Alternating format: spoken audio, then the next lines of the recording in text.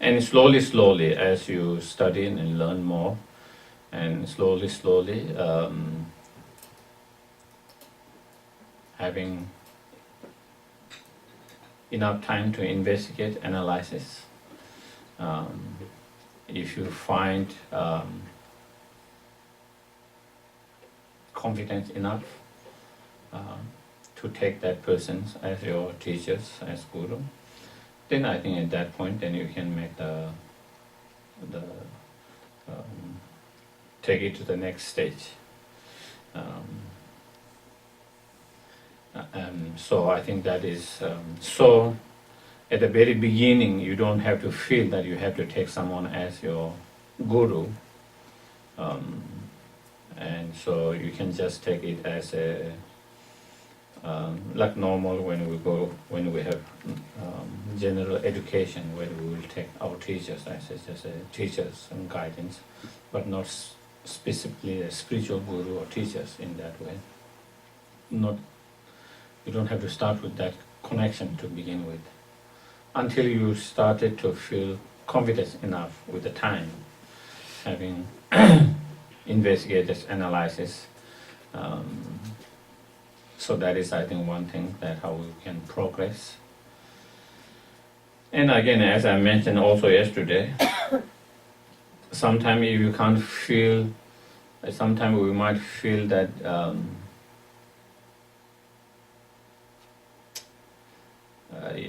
people that teachers that is around there, where you have direct access, if you don't feel confident enough to take them as your spiritual guru and teachers, but if you really feel like you need a teacher and guru, then of course also you can take someone like, let's say, His Holiness Dalai Lama as your guru, even though you might not have direct access to him. As I mentioned it, even I don't have direct access to that, but still someone can, in their heart, in their mind, can take them as their spiritual guru and teachers. And again, that is also another way of doing it, because someone can feel confident enough for someone like His Holiness Dalai Lama, that in terms of being qualified, that there is no totally safe to take him as a spiritual guru teachers, totally safe, totally most qualified in that. And so then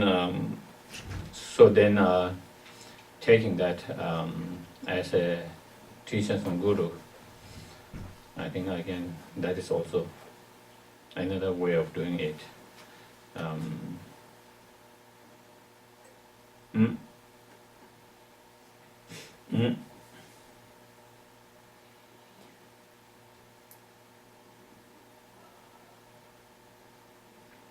So as I mentioned yesterday, even though we might not have direct access in those cases, while we are still kind of rely on some of the advice, guidance, teaching by those which we have access to,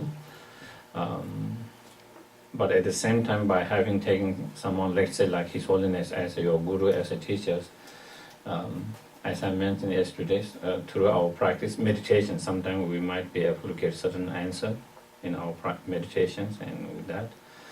And also just by taking that, because of that strong connections, like when we listen to some of his teaching or when we read those teaching, then it can really hit your mind, it can really touch your heart much more than when we don't have that same connections. So even though I might be listening same teachings or reading the same book, but once I make that connections internally, then I think it has it's much more strong and effective in my mind. And so therefore, that is another way of. So I think, but definitely not to rush. I think that's the key. I think take your time and steady, but we don't have to rush. Even though it is important to have in certain period of in our practice to have a guru and spiritual, but it doesn't mean you have to rush for that. And sometimes our karma or certain cause and conditions will just lead us to there without having to search and run after that, trying to search and find gurus, shopping, when the times arrive, then the guru will be presented in a way, and then that's the right time. And so, yeah. Yes, please. Do you have any thoughts about how to be helpful to an animal after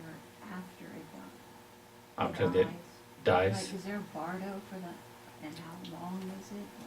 Yeah, it's the same, animals and human beings.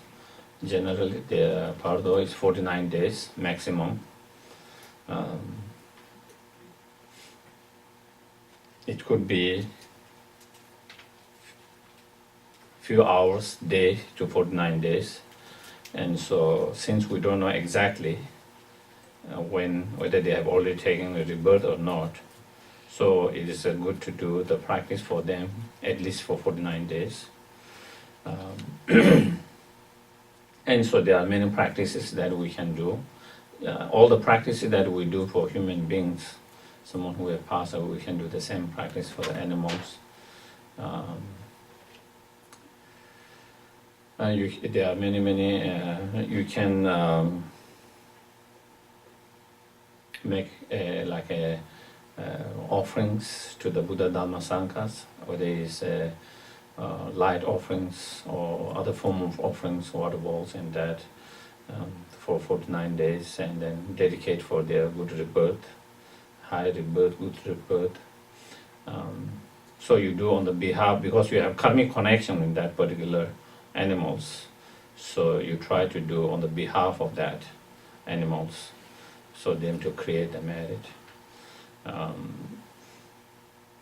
And normally it is advised, if possible, to light offering a light for 49 days, day and night. But of course with the candle maybe you cannot keep it 20. So some nowadays you can have electricity kind of those things, so maybe that with that you can light for 24 hours for 49 days. And making offering to the Buddhas and Bodhisattvas and that on the merit field, but on the behalf of that animals who died, and dedicating for them. And then of course you can also request and sponsor to do those kind of offerings at holy places, that like in some places you can ask people if you have access to them to do the on behalf of them, also those. Also, then you can recite different practice prayer. You can do medicine Buddha. So medicine Buddha practice is not only good for someone who is sick and recovering, but also is good for someone who died, for purifications, and for them to be cared by the medicine Buddha and be born.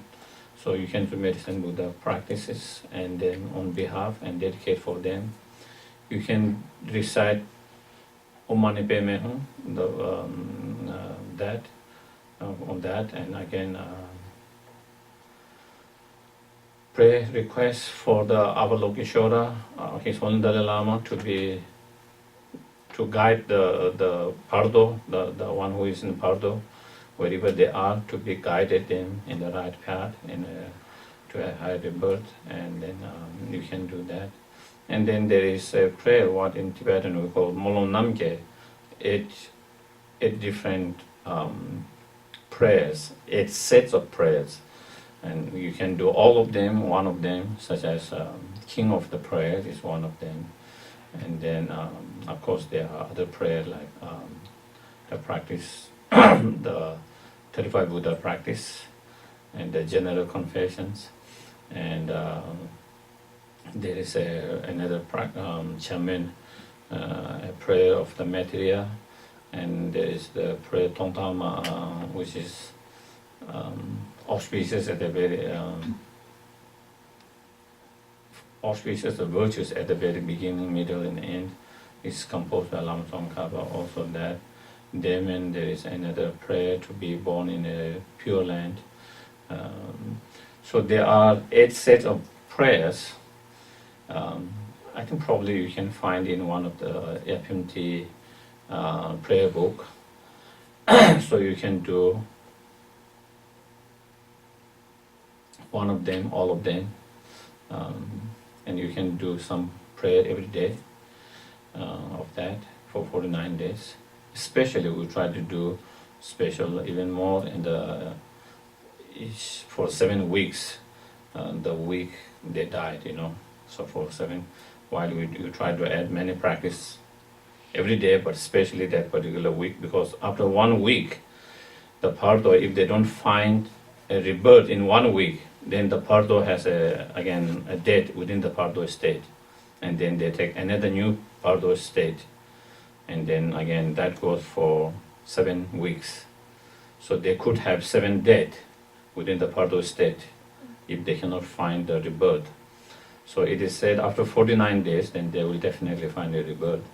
So that is why we try to many as practice as possible during those 49 days. And even they have taken a rebirth to do practice, it doesn't harm, it only helps them and dedicate for their good life, virtuous life. So even if they have taken whatever rebirth there, it doesn't harm, it only helps. So we try to do practice. And then I think also like if you go to FPMT website, there is a prayer, and within that sections, I think there is a request that you can make. If you can afford, you can make small donations. It's not necessary. If you cannot afford, you don't have to make the donations. So by doing that, then they will request His Holiness Dalai Lama's office. Normally they will, in Dharamsala, there is a Tushita center there. So through that, they will ask the Tushita center, and then they go to the His Holiness office, and then they make that request there. And if you send a small offering, then they will give this offering to His Holiness Dalai Lama. And then they will also ask Lama Sopa Rinpoche. And then also for 49 days, they will ask many of the centers and the monastery nunneries to do those prayers for 49 days. So in that way, that is another things that you can do. And then whatever also you can do on their behalf, you can practice some kind of generosity, charity, whether you make it to any Dharma center or different non-profit organization or individuals who needs help to be able to practice, make some offerings, whatever offering on behalf of that who have died, and then dedicating for them. And then in your everyday life, whatever virtues that you do, your meditation or your practice, trying to help someone in whatever way, you dedicate all these virtues for whoever died, whether it's animal or human being, for them to have higher rebirth, better rebirth, more virtuous life, more compassion life, more happy life. So we can dedicate all this for them. So specifically during those 49 days. And so those are something that you can help someone who has already died. Yeah. Yes. Any other questions? Comments? Yes, please. So in the first of all, thank you for being here. Please. In this morning's teaching, you mentioned wisdom, realizing emptiness. That is there in Lamrim? Is the emphasis wisdom more than method? I just wanna maybe you can comment on that. Well, in Lamrim, it covers both subjects very details. Especially if you read the Great Lamrim, Middle Lamrim.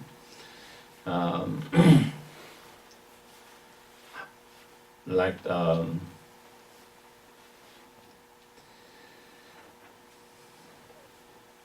when it comes to, also it will come here, when it comes to the great scope, then it starts with the bodhicitta, loving kindness, compassion, bodhicitta extensively, that, and also other practices such as the practice of generosity and so forth, which are also part of the method.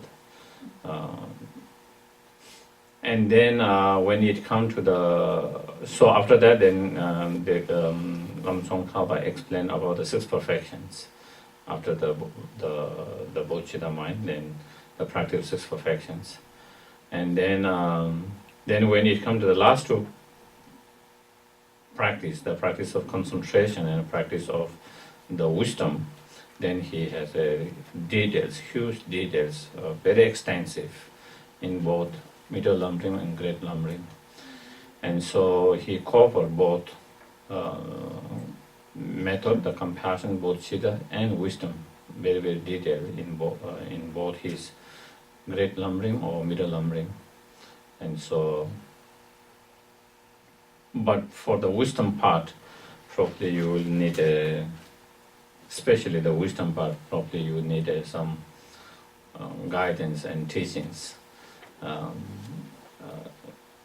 Some part of them are quite not as easy. Some part of them might be quite complicating without some commentaries, without someone explaining it. Yeah.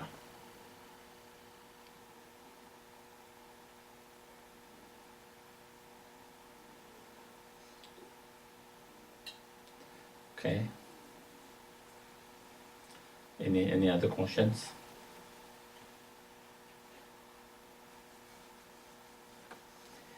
If not, then we'll continue from where we left before the lunch break. So we are still on verse number 11. So we just finished the refuge. And then there it says, moreover, your success in that, though your success in practice of the refuge, and to be able to keep the commitment of the refuge. So that is your success in that, to have the strong refuge and to be able to keep those commitment of refuge. So it's doing depends on your considering truly which are the black or the white karmic action together with their result, and then living according to the guides of what is to be adapted and rejected. I, the yogi, have practiced just that, and you who also seek liberation, please cultivate yourself in this way. So there, then he explained about the concept of karma.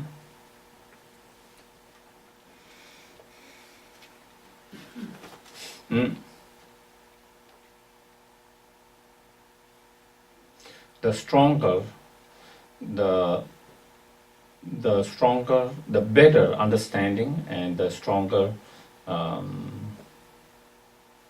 our understanding and belief in karma, the stronger our refuge will become, and the stronger our practice in terms of refraining from non-virtuous action and engaging in virtuous actions, refraining from harming others, that those practice will immensely increase and become more stronger. The more stronger, more stronger, the better understanding you have of karma. If we don't have a strong understanding and acceptance of karma, then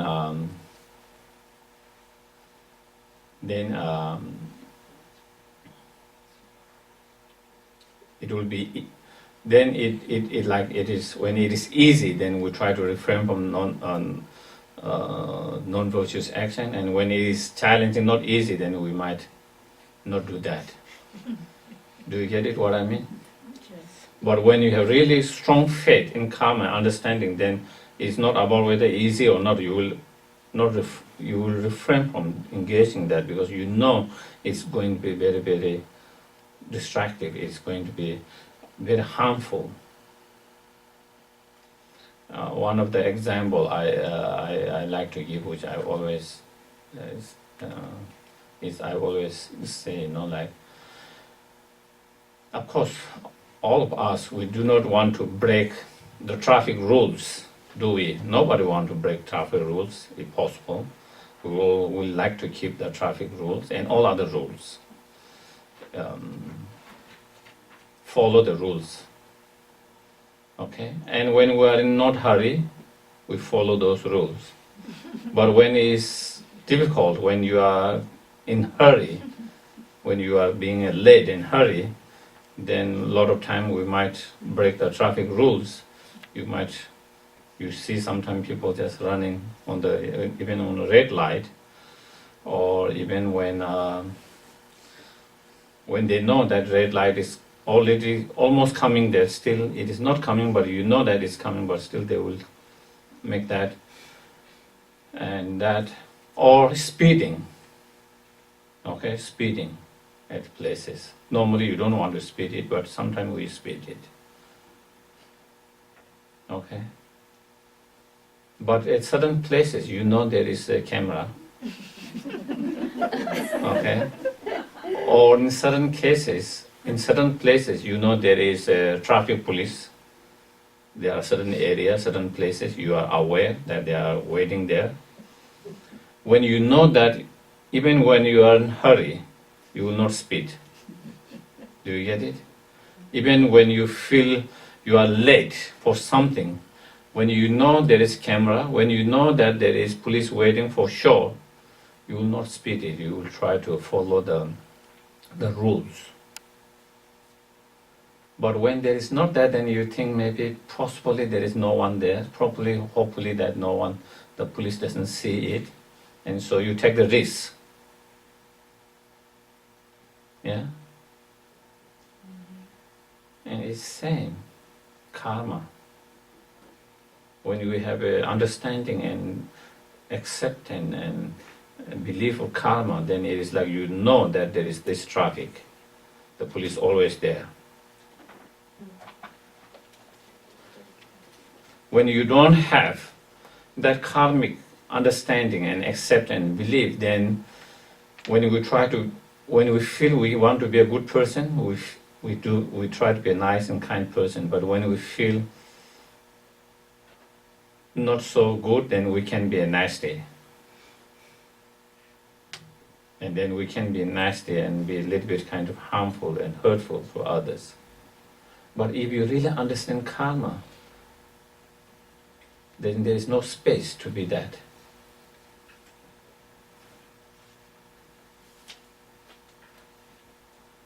So it really makes your practice very strong of not harming others, refraining from harming others, engaging in hurtful and harmful actions. It makes that practice much more stronger.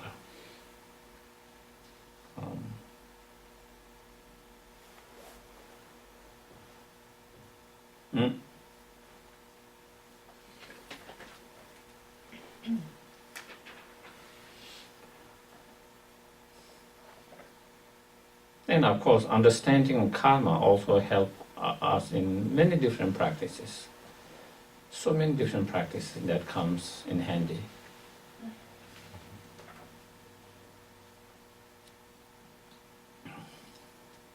I think when you are faced with difficulties and challenges in our life, when you have understanding of karma,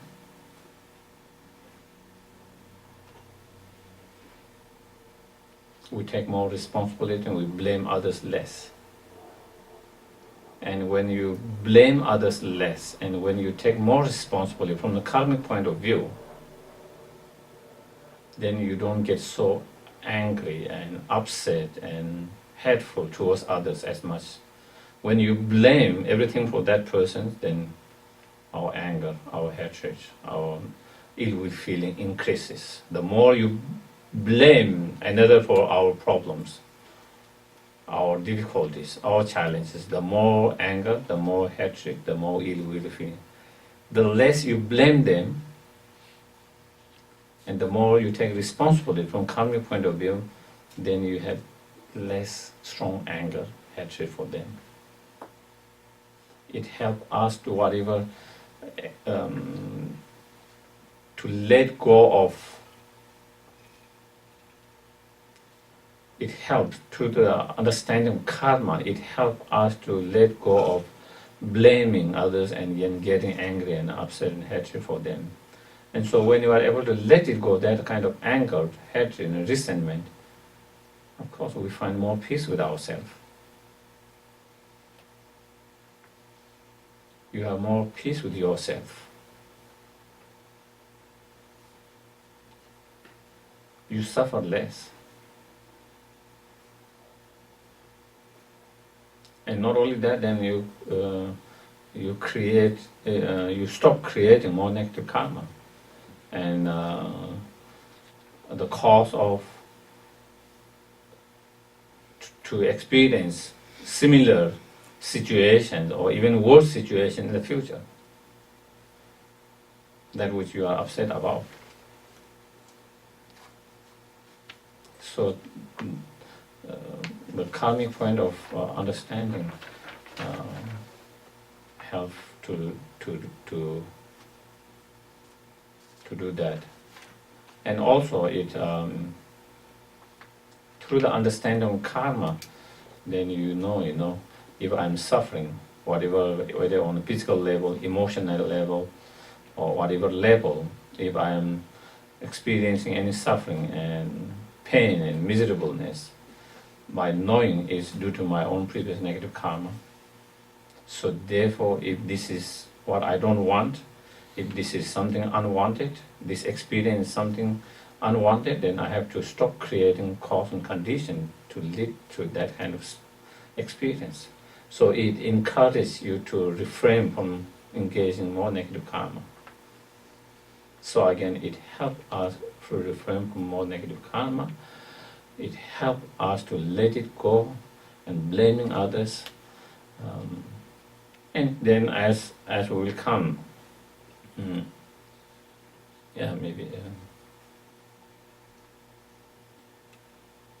so it come handy in many. It enhance many of the other practices when we have that understanding.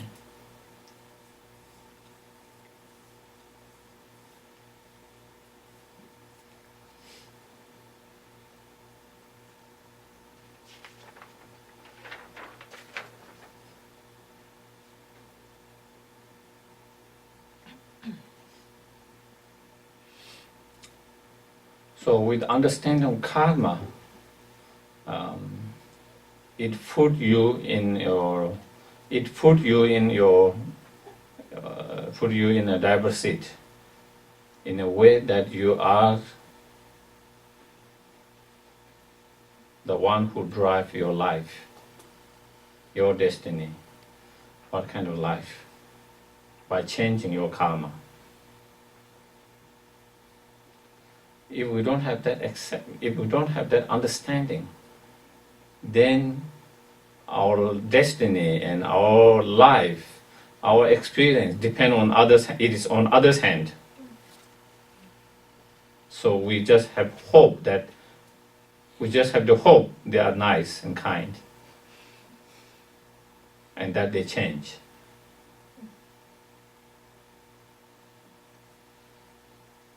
So you are not in charge of your own experience, your own life. It's like you are giving in charge of your own destiny, your life to someone else, hoping that they can change your experience, your destiny, your life, your experiences. But with the understanding of karma, what it is, it gives you, it makes you, you are the in charge of what kind of experience that you are going to have. You are the in charge of your destiny, your experience. It gives you the full kind of responsibility and make you in charge of that. That because of your karma. Everything's happened due to your karma. And you have the choice to create what kind of karma. Whether you want to create negative karma, which are the source of suffering and pain, or whether you are going to create positive karma, which are the source of happiness.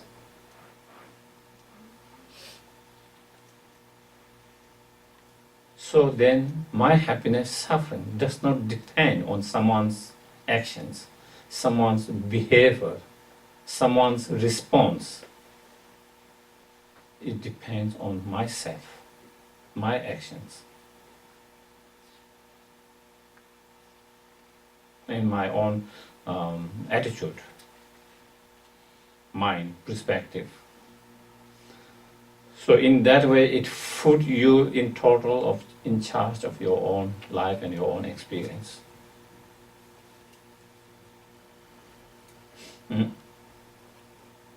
So again, that is that kind of understanding, and that kind of comes through understanding of karma. If you don't have the understanding of karma, if you don't believe in karma, then, and if we believe that our experience is because of someone's behavior, someone's attitude, because of someone's actions, then we can only hope them to change. You are in the mercy of someone's. You are in the mercy of someone's attitude, someone's action, someone's behavior.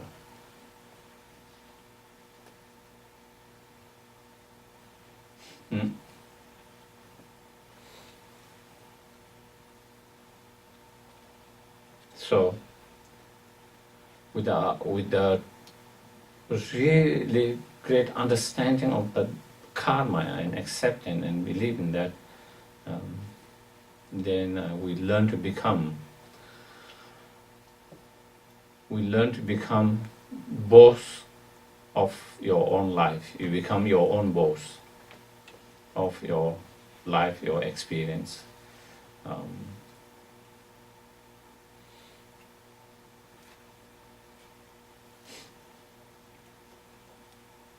So when we talk about karma, we are not talking about some kind of rules made by the Buddha. Do you get it? We are not talking about that. It's not something, a rule made by the Buddha. It is a law of cause and effect.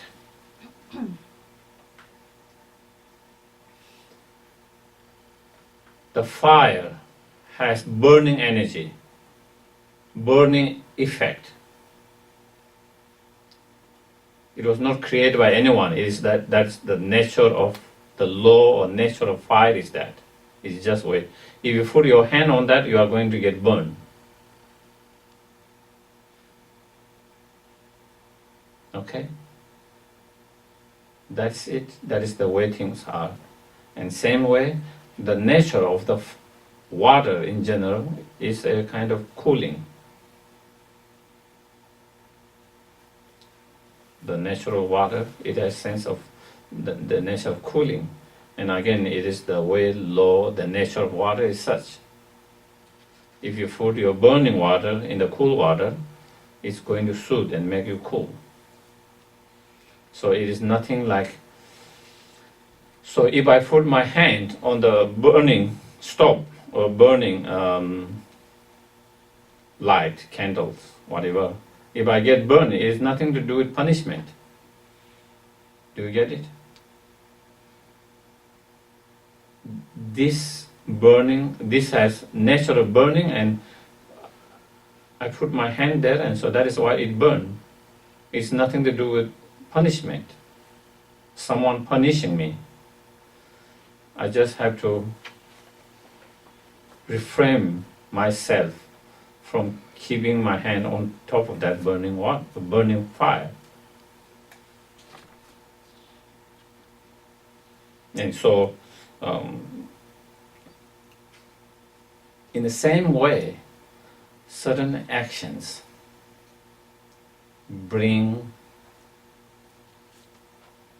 unpleasant, painful experiences, consequences. And certain actions brings pleasant experiences, consequences, happy. And that is how the things are. And so, because I think sometimes people have misunderstanding of this karma being some kind of rule made by the Buddha.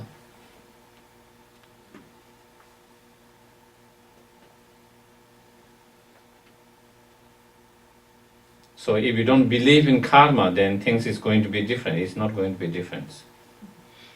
Okay? Whether you believe in or you don't believe in those situations, whatever is happening, it's not going to change because you believe in or because you don't believe in. But on the basis of that belief, then we take certain actions. That can change your experience.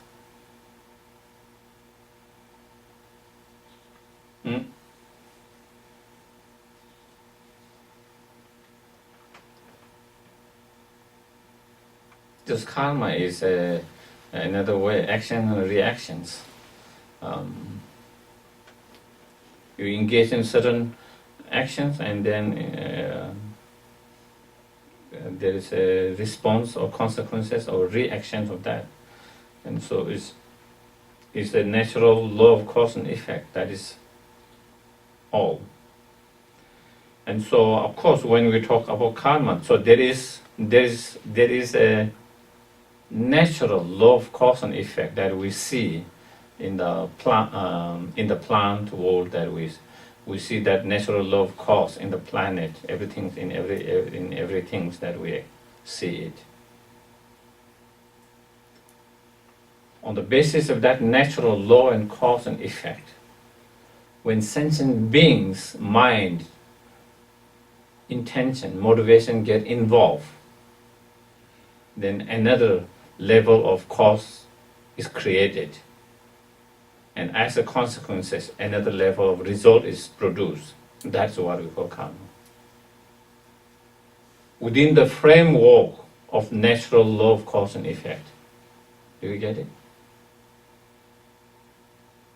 There is natural law of cause and effect. So within that context of natural law of cause and effect, due to sentient beings' motivations, intention, mind get involved, then it play another role within that law of cause and effect. And according to that, then there is another experience that is experienced by the persons. Just like, for example, when we are producing a certain kind of plant, when you add up different energies or different matters, different particulars, then it creates different shape, different color, different size, all these things. Yeah, that's a natural process of law and cause and effect. So within that cause, then sentient beings' mind get involved. They want more, another cause get kind of like a miss, and with that, then the sentient beings experience a pain and sufferings, or virtues and then happiness. And so that is what we call karma. So in that sense, it is a law of cause and effect. And that law of cause and effect is not created by anyone. That's how things are. It's just like the law of gravity. The law of gravity is not created by God or Buddha or someone else. That is the way things are.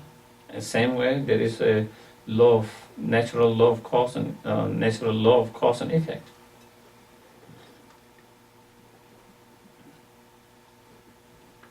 Hmm?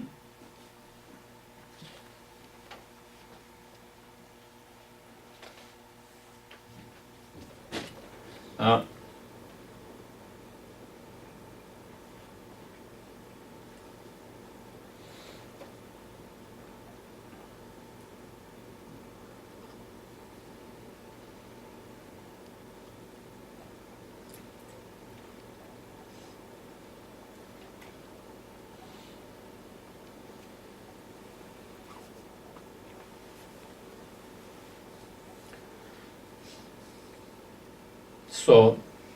so therefore,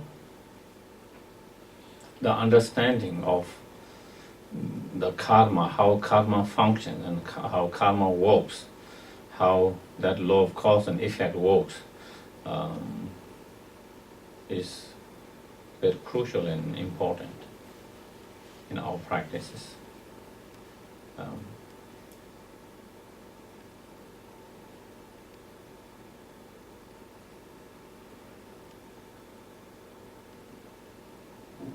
If we don't understand that well, then we wouldn't understand how we get caught up in the samsara and continue to suffer. And we wouldn't understand how we can get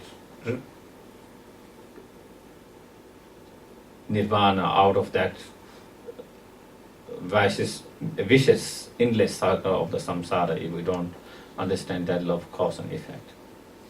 And so with a better understanding of the karma and law of cause and effect, then we begin to have better understanding how we get caught up in the samsara vicious cycle, and also how we could get out of that samsara as well.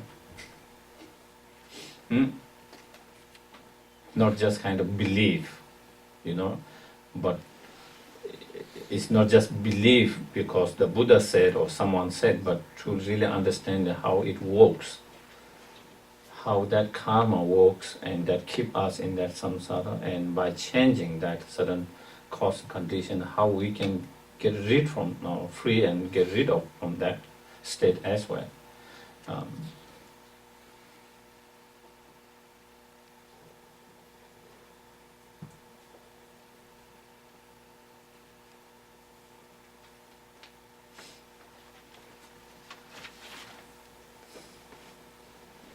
So, to understand karma, then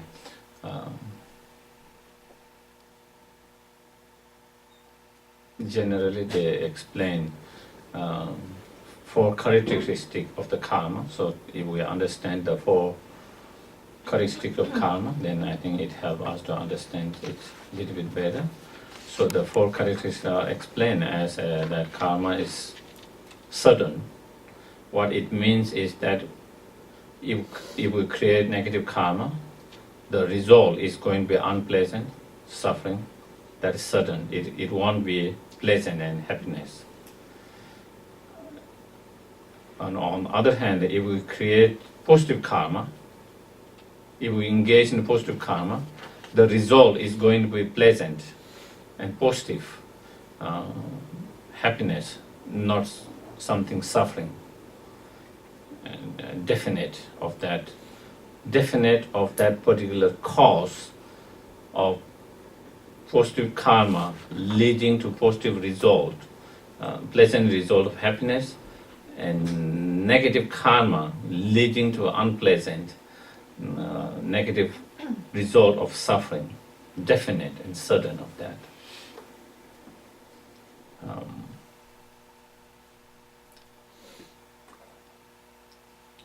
And so in some of the Lamrim teachings and others, they give examples. Sometimes I think it could be helpful for us to understand. Like if you plant a chili seed, okay, then when the plant grow, you don't expect apple fruit, okay. What you get is similar result, a chili. And if you plant apple seed, when it grow, the plant grow, you don't expect chili, okay. What it produce similar is apple. So definitive. And so I think it seems easy to rely with that external world, but when it comes to internal karma, then we expect something else, isn't it?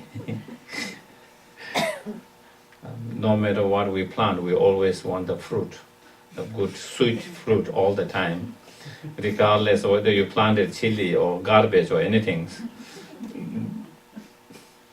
That is very, very unrealistic. Very unrealistic. And we have these very unrealistic expectations all the time. Regardless of our actions, we expect good result all the time.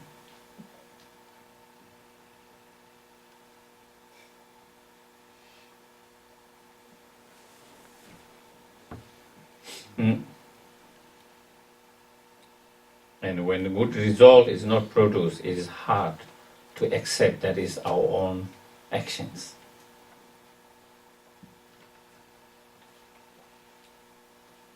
When we expect good result all the time, regardless of what kind of actions, and when we don't have that same kind of result, it's very hard to accept that is due to our actions. Hard to accept is due to our actions. We would rather blame someone's actions for that. But on the other hand, when we have the good result, when things go so well, we would like to take all the credit ourselves. We don't like to give the credit to others. Isn't it? Something bad happens, blame others. Something good happens, take the credit. That is kind of being quite a bias out of reality.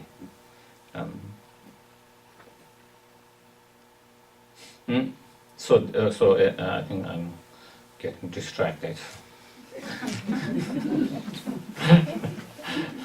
Losing the track.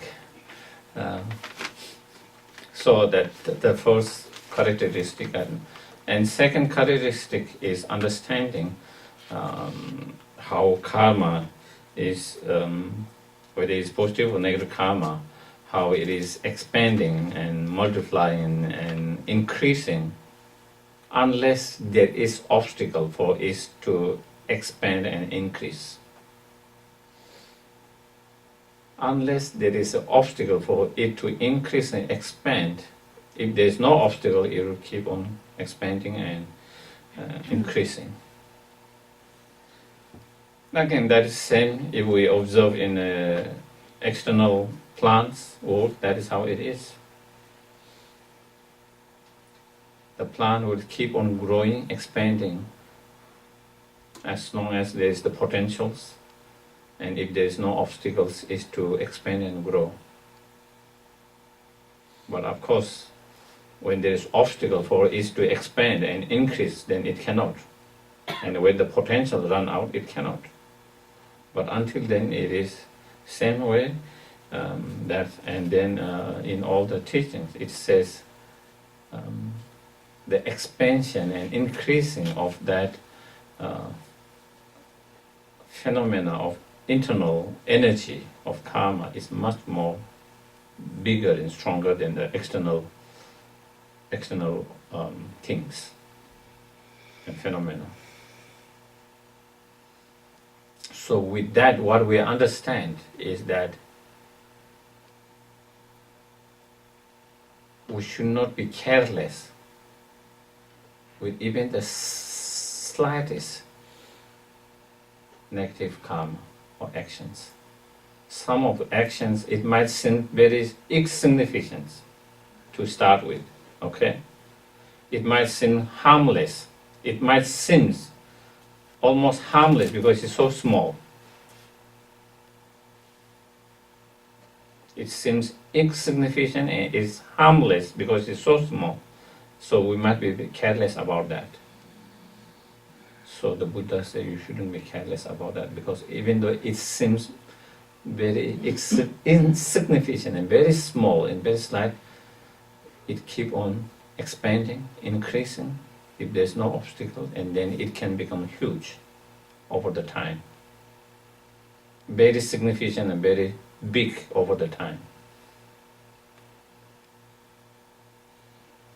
And so he gave examples that in one of the sutta, Buddha said that we shouldn't be very careless because it is a small and insignificant, because he says drops of the water fill the buckets. That is the example he gave. One drop seems very insignificant, very small, to make any differences.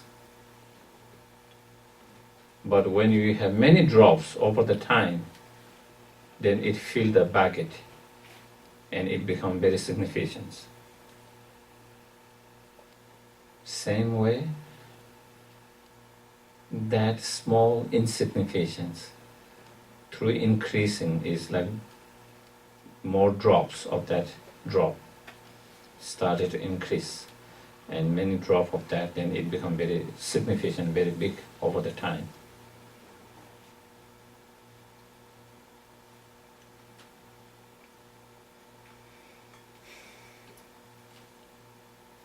Same with the virtues.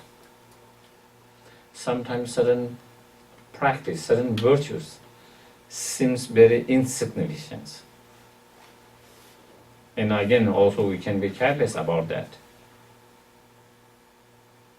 Oh, Dharma is more about changing your mind.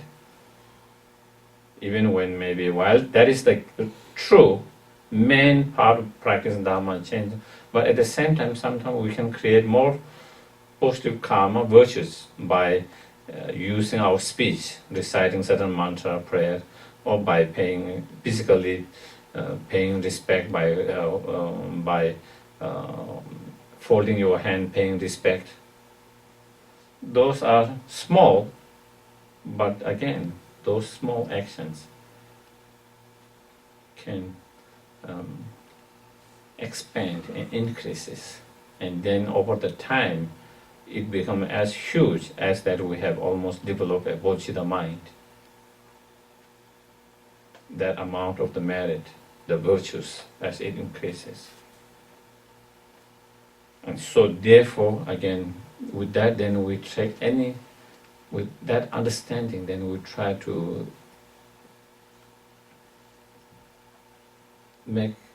take advantage, I don't know, maybe advantage is the right word, or make use of any opportunity we get to create, engage in any virtues merit, how small it might seem.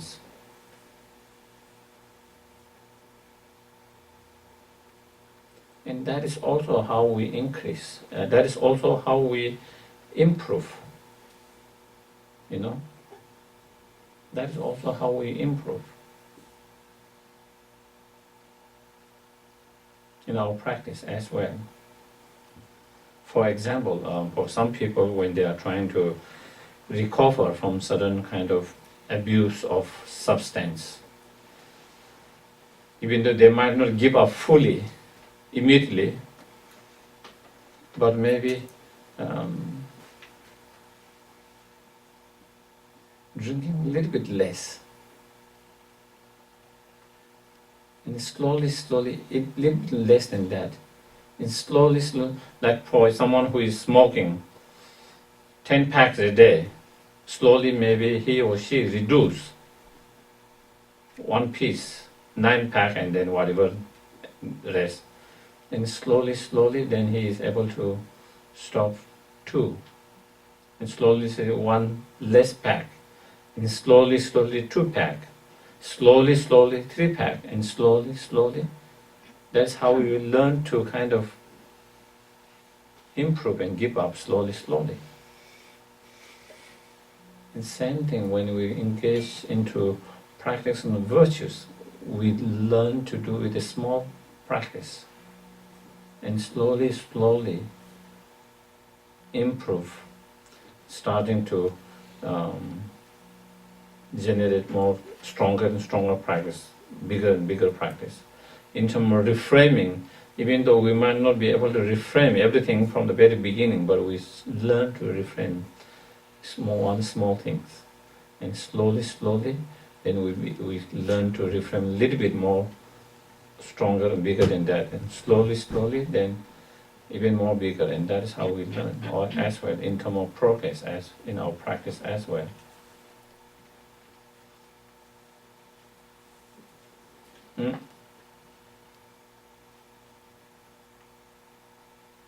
And I think is that same with, I think, if we look from all kind of different, how different things contribute for our different disease, One insignificance of sugar one day, and 2 days, 3 days, weeks, months, and then that add up, and then that create the problems. Or some kind of fat, Maybe if I take this fat, it's very insignificant for one day, one time. Yeah? Then I take that same insignificance every day. With the weeks, months, years, then it build up. And then that create a problem. And so same here, again here is saying, just because it seems very small, insignificant, you shouldn't be careless about it. Any insignificant non-virtues, you try to reframe. Any small virtues, slight virtues, you try to engage in practice. So that is the ever kind of increasing, expanding. So of course, in terms of obstacle, like for example, negative karmas, if we do the purifications, then there is obstacles. Through purifications, then we purify and we create obstacles for it to expand. So then it cannot expand.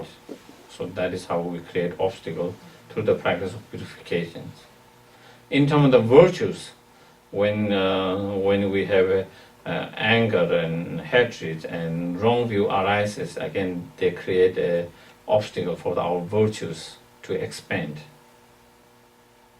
So it destroys and it minimizes its potentials, and it stops from expanding.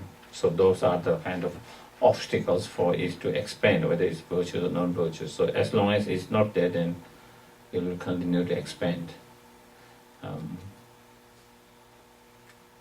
Then the third third characteristic is that if you will not experience a result, whether it's pleasant or unpleasant, happiness or suffering, if you have not created the cause.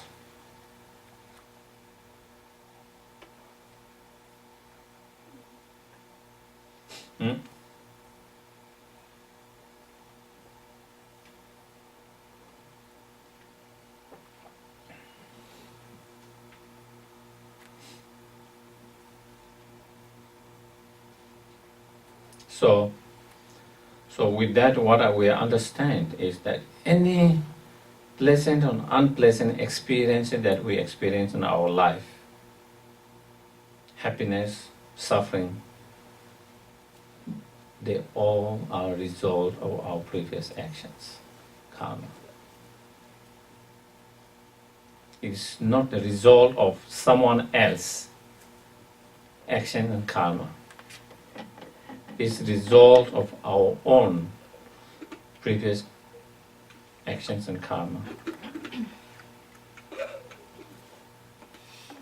Mm.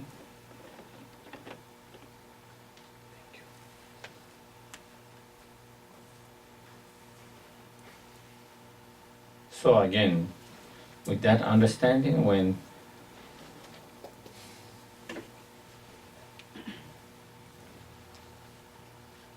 we experience difficult challenges,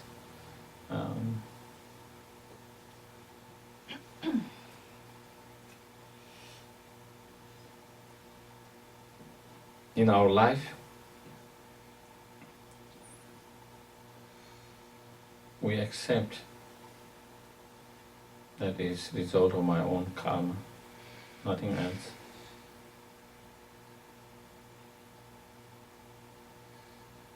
So the only way to change is change my karma.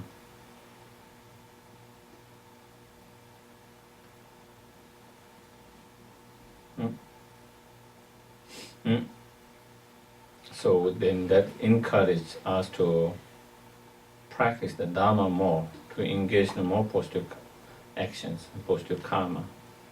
And it should encourage us to refrain from engaging into more non-virtuous actions, harmful actions.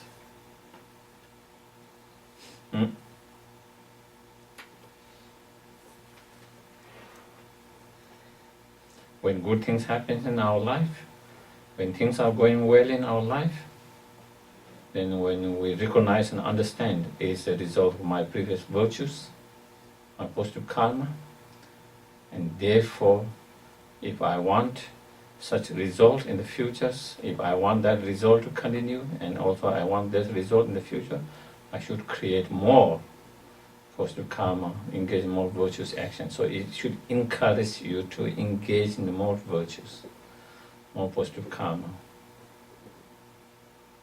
And then when the negative things happen, bad things happen, then by knowing this is a result of my previous karma, and so if I do not want that karma to continue and to experience such experience in the future, so then I should not engage into any harmful negative karma. So it should encourage you from refraining from creating more negative karma and harmful actions. And by understanding of that, by understanding all this, your different experience is a result of your own previous actions and karma, and nothing arises and nothing is experienced without depending on your own previous karma or actions.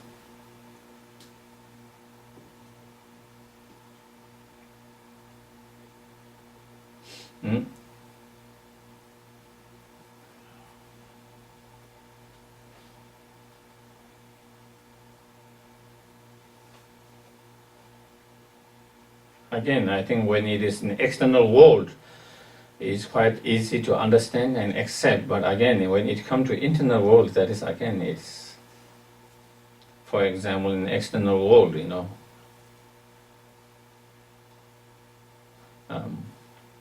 if I don't plant the seed in the spring or summer, I wouldn't expect a flower growing or a tomato or whatever fruit, vegetable growing in the autumn or later. And I can accept and I can understand, because I didn't plant it. And if I see something growing, then we can understand that is because of I planted last year or year before that. To be able to see it, to be able to accept it. But the same when it happens internally, then that is where we have difficulties again.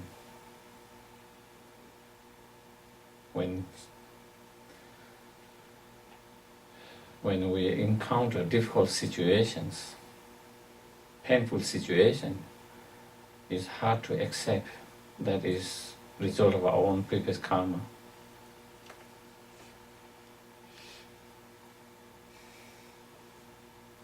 Isn't it?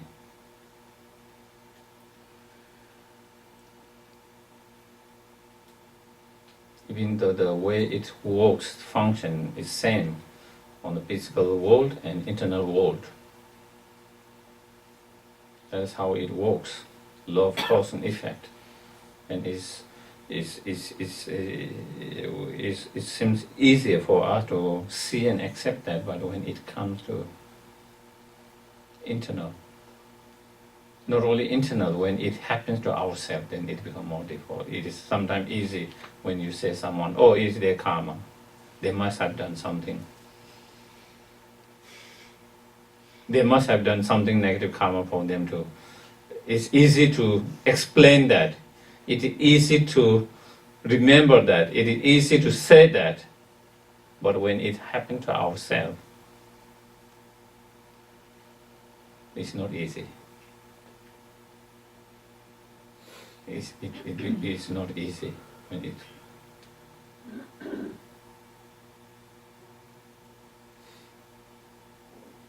And when it happened to that, then you started getting upset to the anger. To the karma.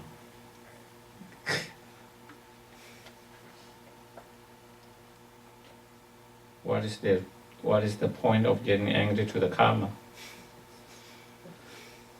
It is like getting angry to the functioning of certain phenomena, as I mentioned before, like the burning of the nature of the fire being burning.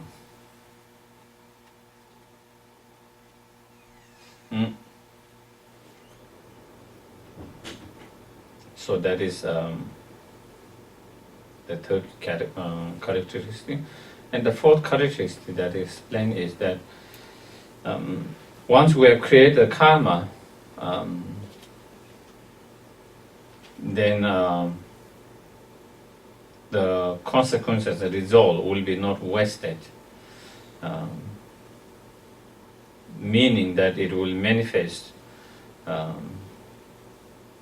a certain time. It is only a matter of time when the right cause and conditions come together, and then that will give rise to a ripening of that particular karmic seed.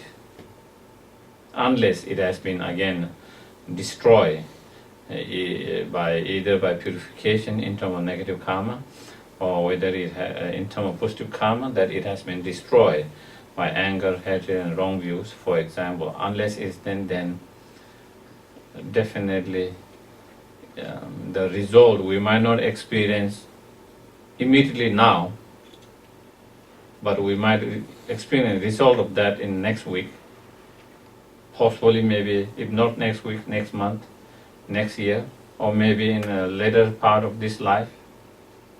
If it doesn't experience in later part of this life, in next life. If it doesn't experience in very next life, maybe few lives after, or maybe many lives after, when the other cause and condition come together, but definitely we will experience that. So with that, what we understand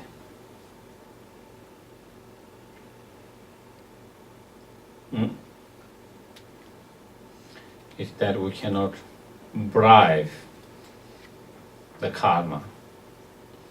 Okay? We can bribe when we break a law in our ordinary world.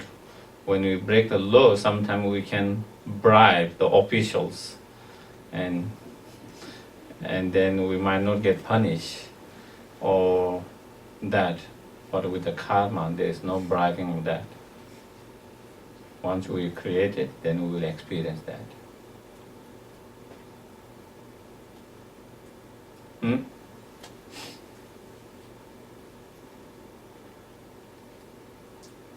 So, with that understanding, what we see is just because we don't experience the direct consequences of that particular action in this life, it doesn't mean that there is no consequence of such actions. Every our physical action, every our verbal action, every our mental action has consequences.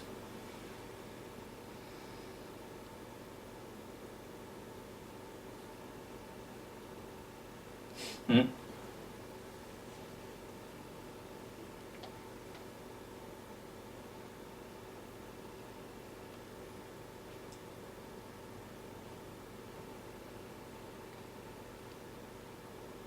So, and if we look at external world, we can see that again. We can see it, we can understand it. For example, some of the consequences to see it and to see it in a manifest, it takes a time. One of the examples that I give is like the running of the water through the cliffs. Okay? Each time it runs, there is effect of that water, even though we don't see it immediately. But when that same water runs over that same cliff, rock over the years, after 100,000, millions and billions, then it cuts the very rock. The rock is being cut by what? The moving of that smooth moving of the water. Even though it seems it is not having any effect at the moment, it has an effect, it has a consequences.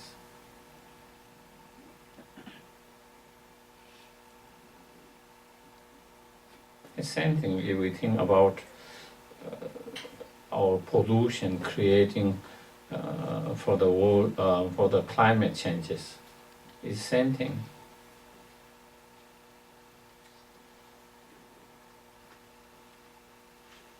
Our actions of producing those emissions, whatever gas, whatever from each of them have consequences.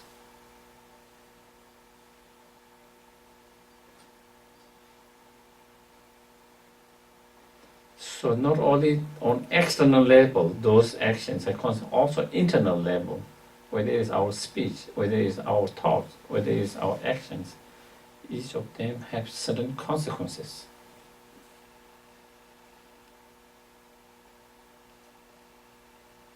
Again, I think it's very, very, when we really understand, then it's very, very powerful. We have to be very mindful. We have to be very mindful of every thought, every speech, every actions, because each of them has consequences.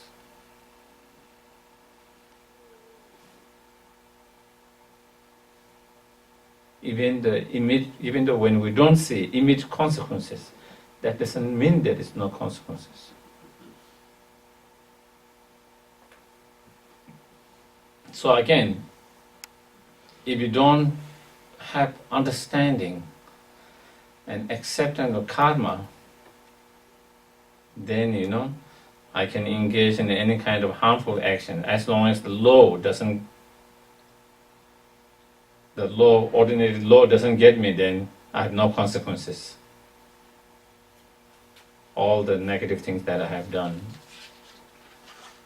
But when you have understanding of karma, you can escape from this law, but you cannot escape from natural law of karma. You can trick this law, but you cannot trick the natural law of karma.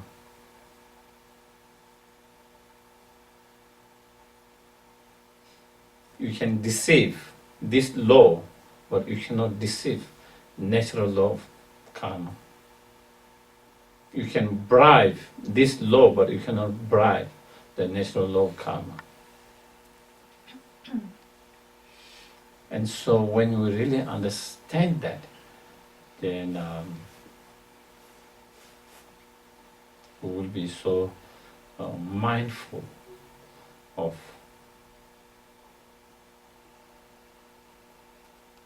every of our thoughts, actions, speech, because we know each of them has certain consequences, certain result, certain consequences.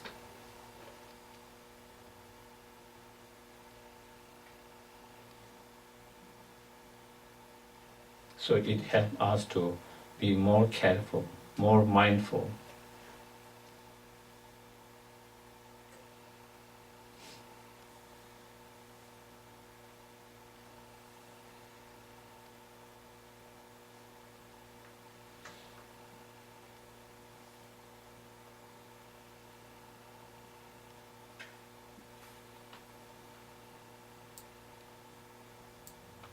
Mm.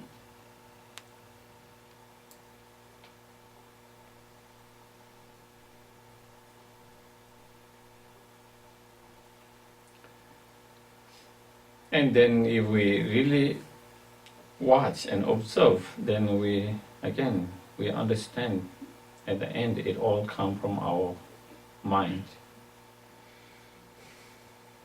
Each of our speech, each of our physical actions are driven by our state of mind, sometimes on conscious level, sometimes unconscious level. But definitely, it's always coming from our state of mind, and therefore understanding the need to care of our own mind,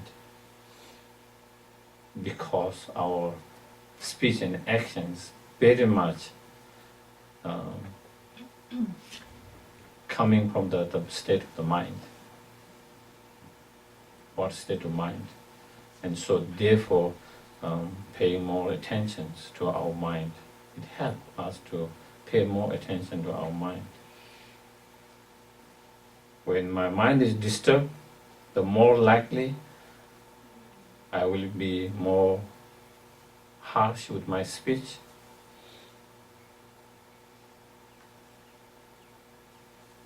I will more likely to respond, express in more violent physically. And when my mind is more peace, calm, compassion, my speech will more likely to be gentle, compassion. My physical behavior, actions will be more likely to be gentle and caring. And so again, knowing how whether our speech and physical action become more gentle, kind, or whether it become more rough, more violence, coming from a state of our mind. And so with that understanding, again, it helps us to pay more attention to our mind.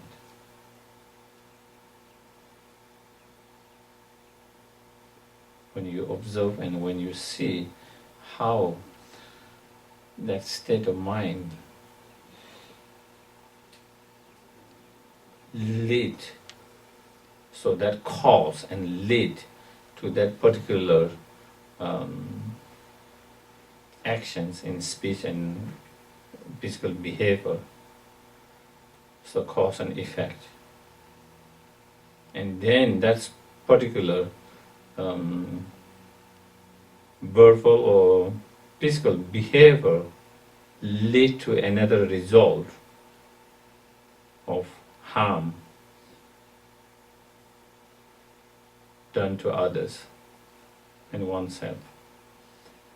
And again, we understand with that it goes further and then bring back suffering and pain in the future. So we see all this cause effect leading and to the next result, and that cause leading to the next result in that way. And so the practice of karma is observing all this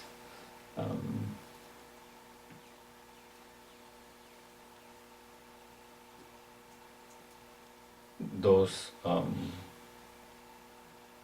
our thoughts, our how they functions and how they affect in that way.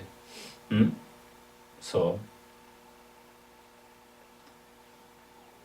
with that kind of and of course, without going in detail, then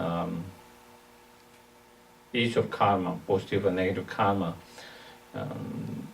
is said to be produce 4 different kind of results, each of them.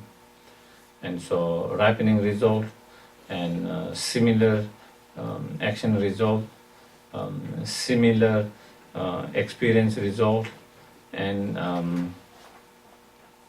environmental result. So not only it produce a consequences and result, but each of them create or produce 4 different type of result, whether it's virtuous or whether it's non-virtuous. In terms of, let's say, non-virtuous, of the karma of, let's say, healing, ripening result as a healing will take us, it will throw us into one of the lower realms. That's the ripening result.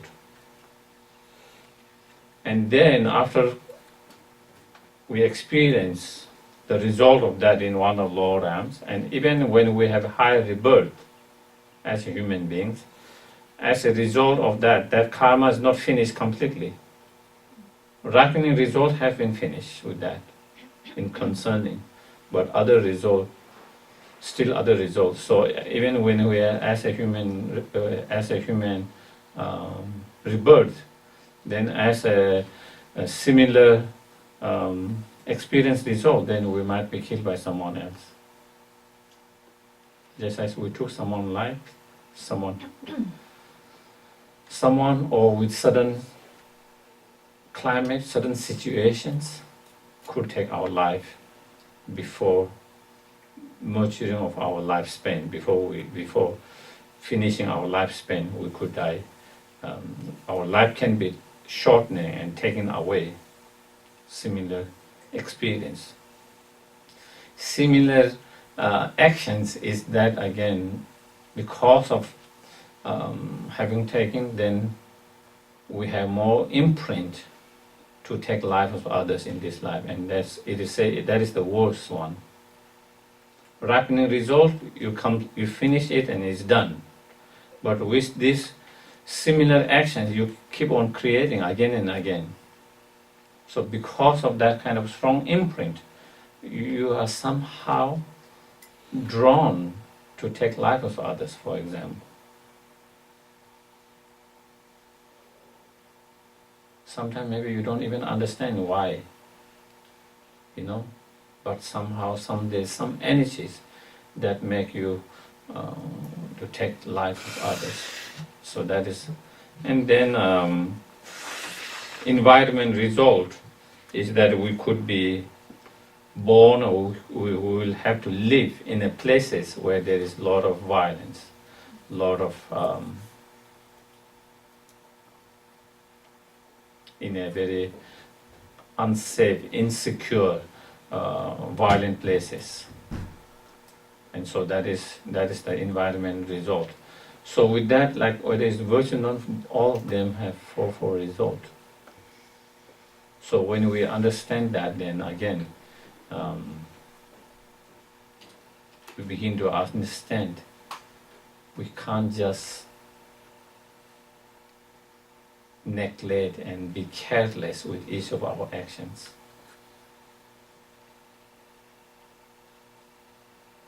Because each of our actions produce not just one result, but many different 4 types of result. And so with that understanding, we become more mindful, more cautious.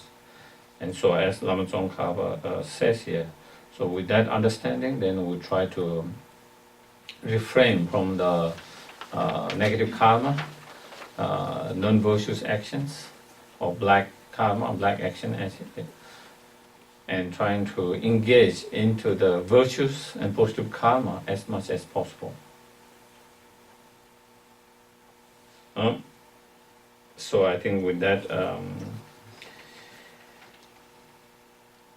and so that is where the negative karma or non-virtuous actions should be rejected, should be reframed, abandoned, and then the positive karma and virtuous actions should be adapted, cultivated to practice. And so I think we will have a break here now, maybe 10, 15, maybe 15, 20 minutes to stretch your hand. So next, here he explained the ideal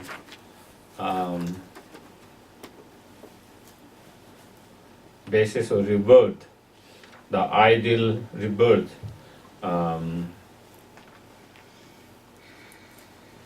Or basis to achieve fully enlightened.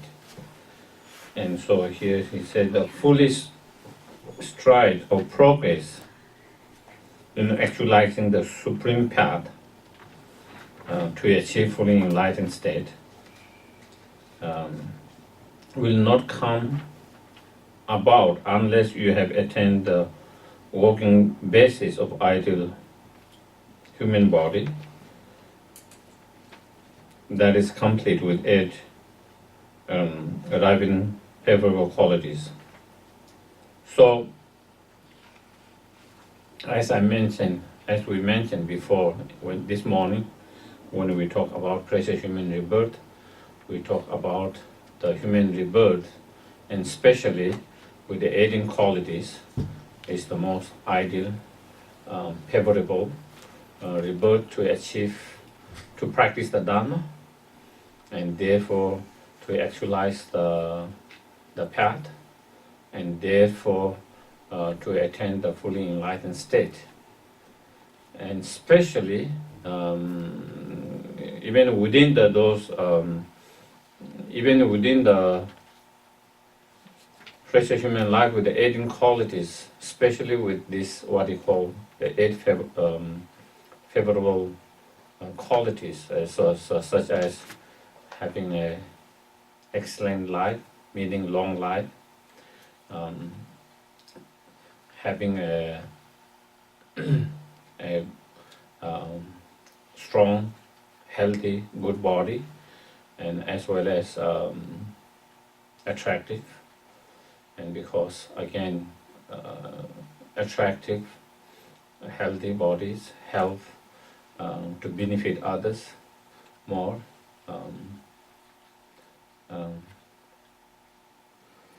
I think probably some of you might remember that one time His Holiness Dalai Lama also was asked, I think maybe a couple of times over the different interviews, whether next Dalai Lama could be a woman, and he said absolutely it's possible.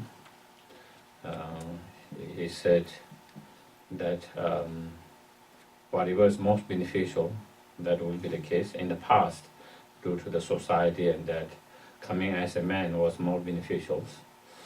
And now things have changed, and now he says coming as a woman might be more beneficial in the present circumstances. And then he said, of course, in a way humorous and joking, at the same time, I think he said, but if I do come as a woman, he will come as a very attractive woman. And of course, a lot of people took it differently of that statement. But what he is saying is that, in general speaking, if you want to share a certain message, okay, you should be able to attract more people. The more people you are able to attract, you are more able to share more, the message is reached by more people. And in general speaking, whether it's men or women, when they are attractive, definitely they attract more people from that perspective to a certain degree. And so that I think that's what he's saying, that with that then he will be able to attract more attentions, more people pay more attention, and therefore he's able to share the message that which he would like to share, so more people reach out. And so it is one of the we can say one of qualities to attract more people so that we can help more people. And so also in here, when they talk about the 8 qualities, that is one of the qualities they talk about. And also here another quality is it called about excellent lineage. And so again, I think maybe a family background. Again, it's the same things, if you have a more stronger family background, well known, then again, people pay more attention. And then again, if you want to help as a bodhisattva to benefit, you are able to help more. For example, I think, let's say one example would be the prince of the queens in let's say in UK. They attract a lot of attentions everywhere they go. People in newspaper, what they say, what they do. So definitely, if they have something good message to share it, so many people are able to hear it. Whereas someone who doesn't have same kind of that, coming from the same family, they might have good message, but nobody really pay attention, and people doesn't hear about them. So that is those are qualities that can be favorable to benefit more sentient beings. And then another is that your words has a very strong power, strong in a way that when you say it, people really listen it, And again, we see some people, their word has very strong, what do you call, strong, I don't know the English word, where people listen what they say. And then there are some other people, even they have the best message, even a good message, somehow people doesn't listen to them, can't. And to have that kind of powerful voice, where it has strong impact on people listening that. And again, it is a way to benefit more sentient beings. And then having another favorable qualities is having a good health, so not being sick. And of course, if you are not sick and you are good health, then you are able to practice more, and you are able to benefit others more. And so again, that is another. And then having a quality of some kind of power, where people become like the leaders of the mass. And so by leader of the mass, then you are able to influence more in terms of helping and benefiting and changing things. You are able to do more of those. So these are some of the 8 that favorable condition that he speak about. So if we have that, then, and so in order to create that, then of course, in order to long life, then we engage into the practice of saving others' life. Okay, when you save someone's life, then you create a cause and condition to have a long life yourself, because by saving someone's life, you give their life more. You increase their lifespan, and so thereby then you create similar result of your own light will be increased in the future. And for example, by practicing the practice of patience, and as well as making offering of light and so forth, then you create the cause and condition to have a more healthy and attractive body and so forth. So engaging those so that you can practice more strongly and you can be more beneficial to that. So that is what it that is what it is. So that is all it wrap in favorable qualities. And then next, how to purify all the negative karma that we have already created. So he just spoke that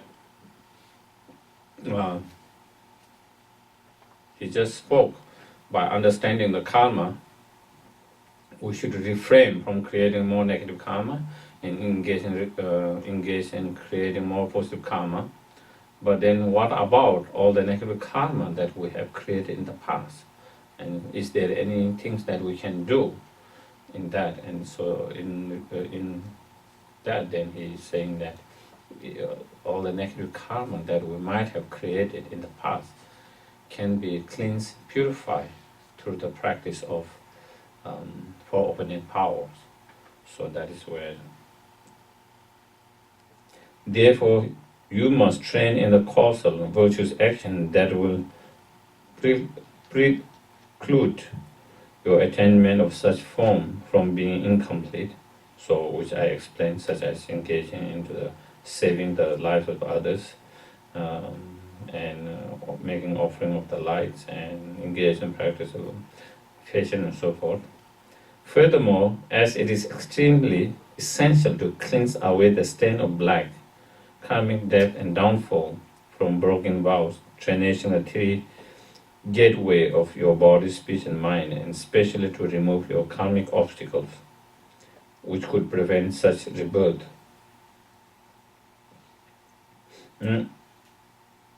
You should cherish continually, devoting yourself to applying the complete set of four opening power, which can purge you of them. I, the yogi, have practiced just like that. You who also seek liberation, please cultivate yourself in the same way. And so there, Lama Tsongkhapa explained the practice of purifications by applying the four opening powers.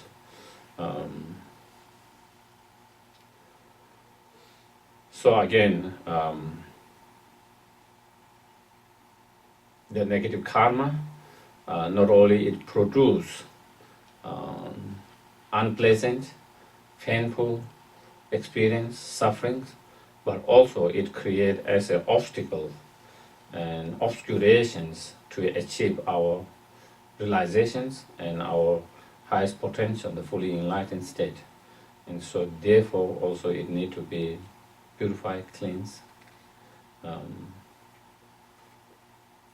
And then the way to cleanse and purify the negative karma is through the practice of four opening power.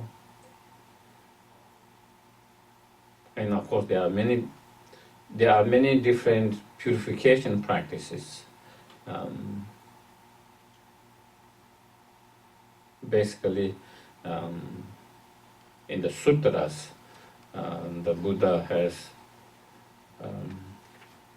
prescribed or instructed and recommended some practice for purification by relying on the name of the Buddha, such as the practice of 35 Buddha, by reciting the name of 35 Buddha and prostrating, and that. By relying on the mantras, such as by reciting the mantra of Vajrasattva, for example, purification practice, Vajrasattva, visualizations, and then doing that. By meditating on emptiness, of the negative karma itself, the action of creating the person that who is created, and and so again, meditating on emptiness, all of that is another form of another practice that is recommended. And as a purification,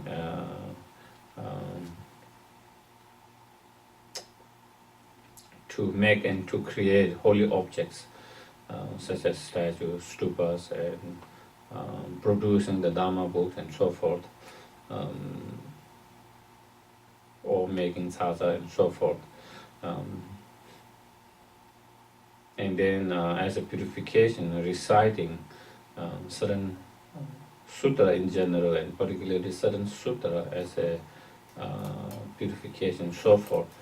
So there are many practices that the Buddha recommended for purification, but whatever practice that you might choose, any of those practices, they have to have the four opening power in each. Any of those practices, the four opening power, you have to have including the four opening power within any of those practices that you do.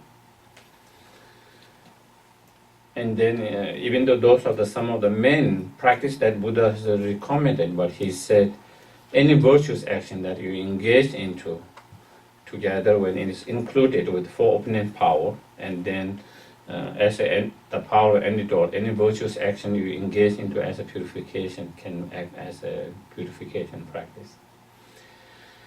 And so, coming to that,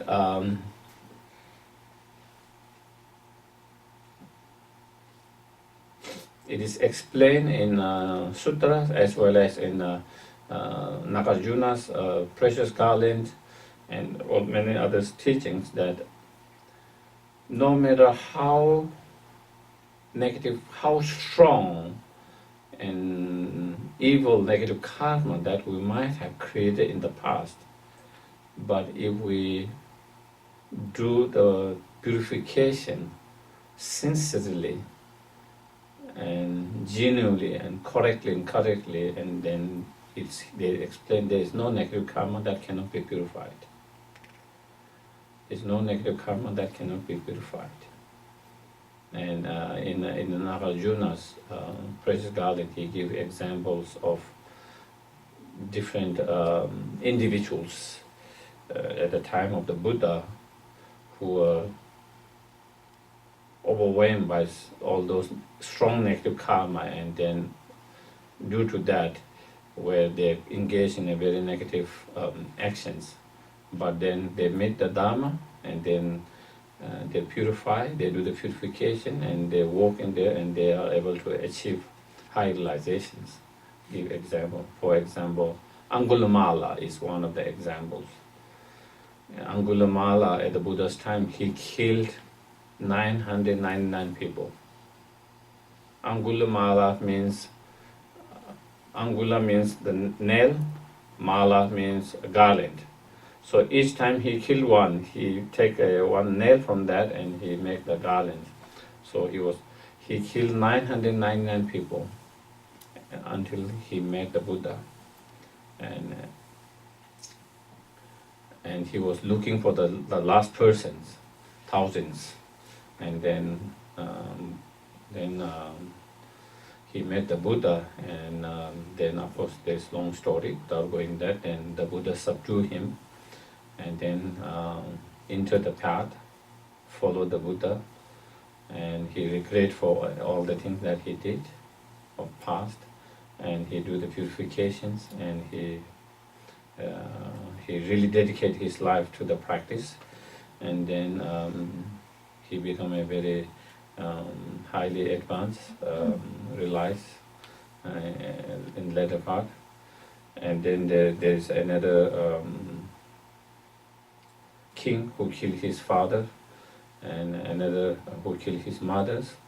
And so again, our strong anger on that, again, even them, then later again they meet the Dharma, and then sincerely they dedicate themselves to the Dharma, and they purify, and also they achieve high realizations. So they give some of those examples of So even those who have killed like 99, more than 999, and when they do sincerely purification and then sincerely dedicate them, if they can be purified, then definitely they are saying our negative karma can be definitely purified. So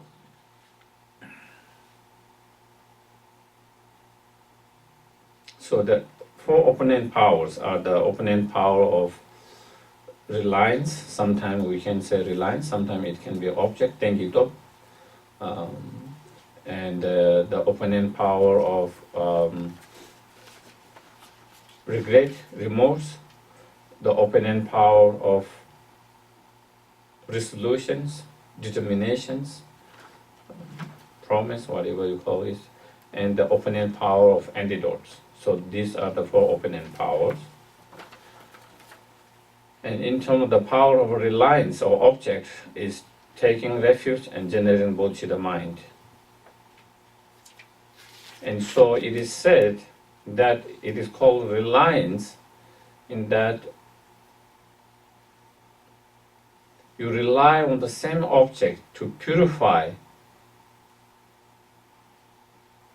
from which object you create a negative karma. So example they give is, if you sleep on the floor, okay, and if you fall down, you rely on the same floor to get up. Okay, the floor is where you sleep, because maybe it's wet, you didn't pay attention, and you sleep and you fall down. But you rely on the same floor to get up. So in same way, when we create negative karma, we create in relation with sentient beings or in relation with holy objects, such as 3 jewels and that. Okay? Either ordinary sentient beings or either holy objects in relation to them. So when we purify, we try to rely on the same objects to purify, to get up. So to all the negative karma that we have created in relation to holy objects,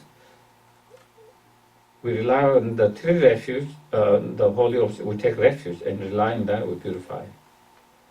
And for all the negative karma that we have created in relation to the ordinary sentient beings, so we rely on the same of them by generating bodhicitta mind towards all sentient beings.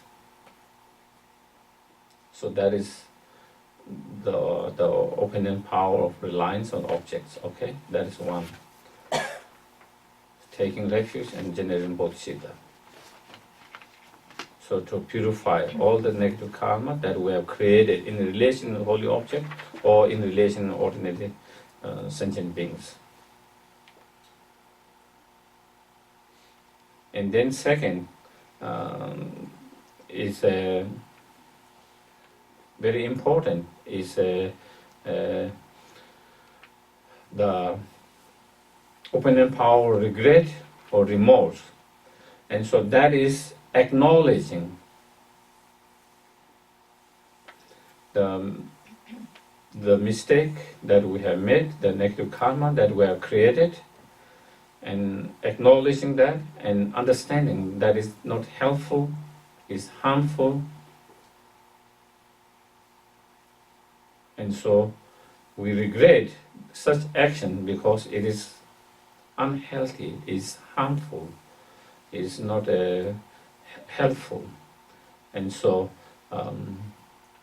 so a strong remorse, strong regret for that. If you don't have that strong regret and remorse, then of course you wouldn't try to change. Okay? Like everything in our life, if we want to improve and change, first thing is acknowledge and regret for that.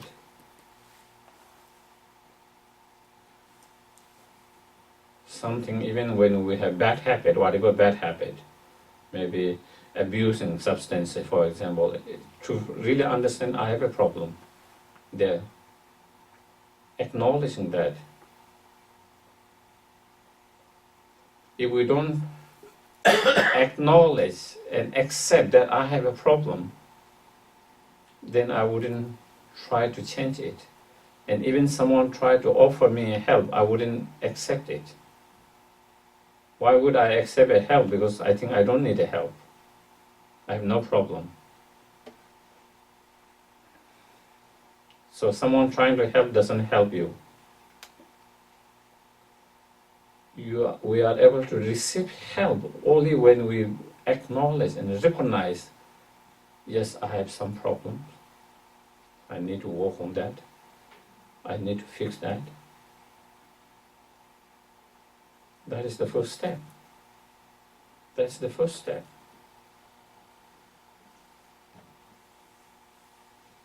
And same thing in purification, that accepting such negative karma or actions and such non-virtuous actions is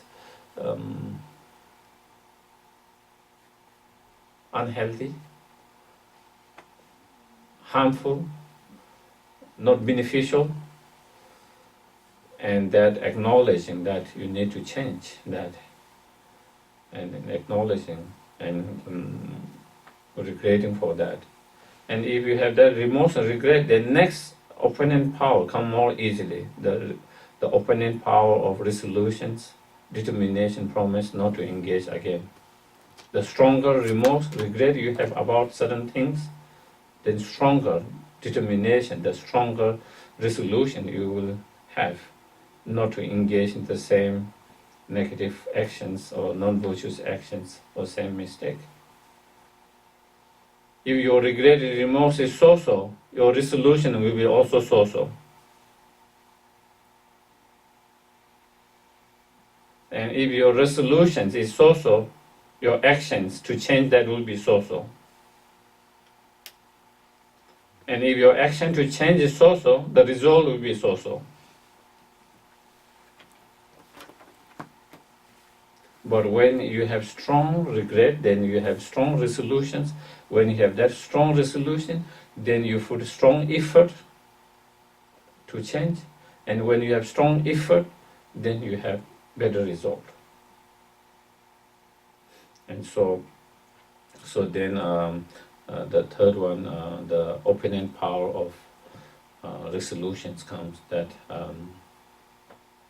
making the resolution determination promise not to create the same negative karma, same non-virtuous actions, same mistake again in the futures.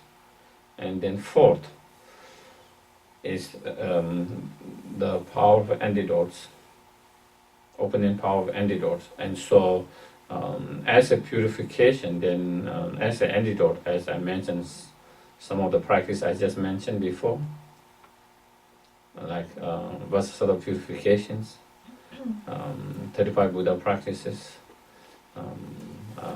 reciting the sutras, making holy objects, meditating on emptiness, and so forth. And then any virtuous actions as a way of purifications.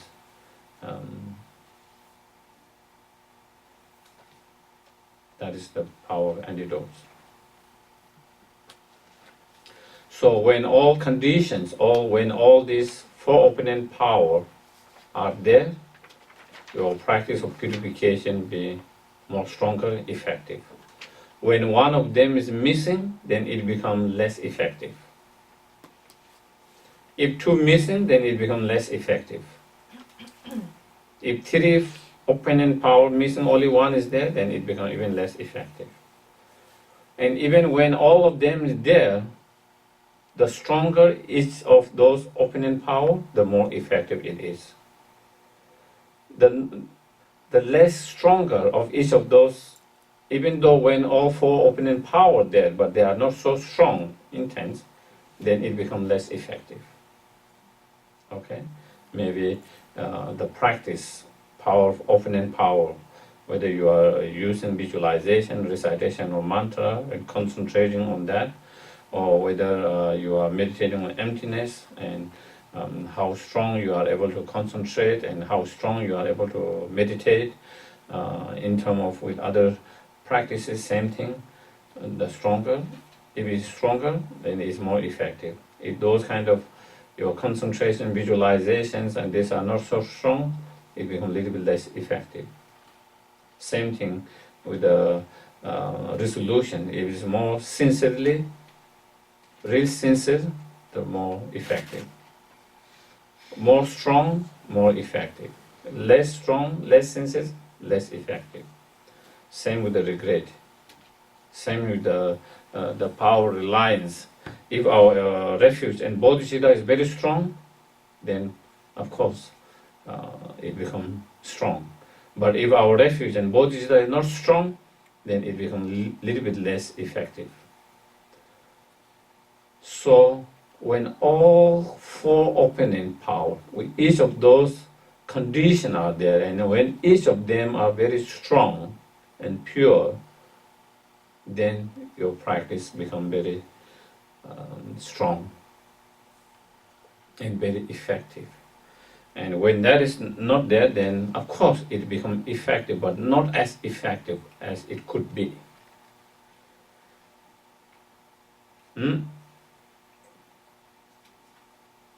So that with that opening, four opening powers, then we try to purify, and whatever purification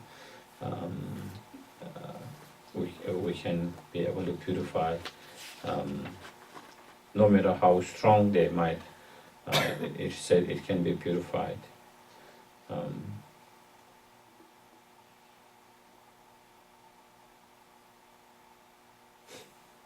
And so then it is explained in many of the teachings that if we do correctly and properly in the right way, with, let's say, the Vajrasattva practice 100,000 or 35 Buddha 100,000, not only just 100,000, but in a correct, properly, with all the conditions together, then all negative karma can be purified. Absolutely. So the next question is, if it has been purified completely, why do we need to keep on doing the practice again?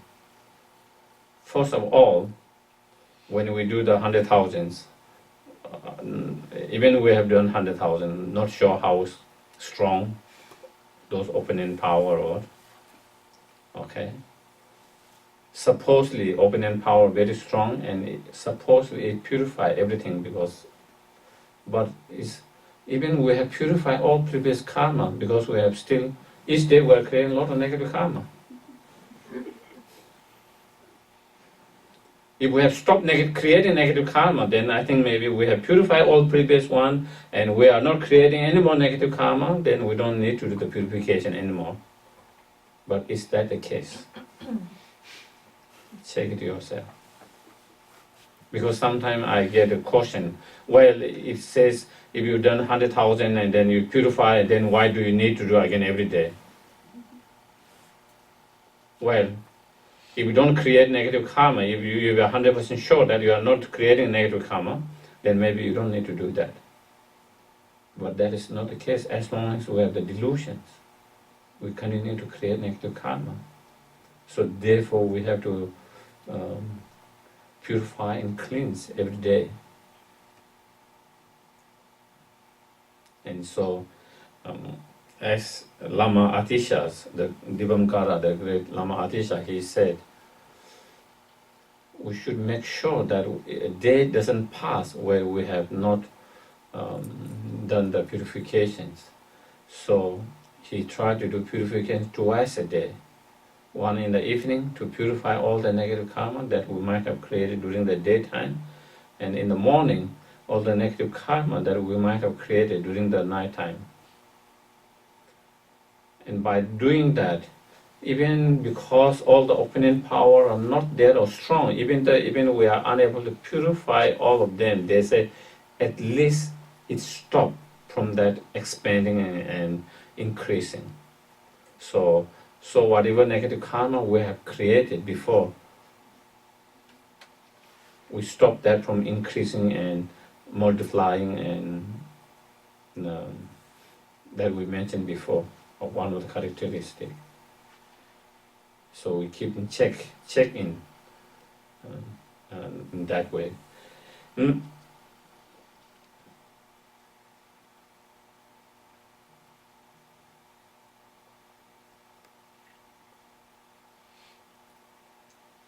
Mm.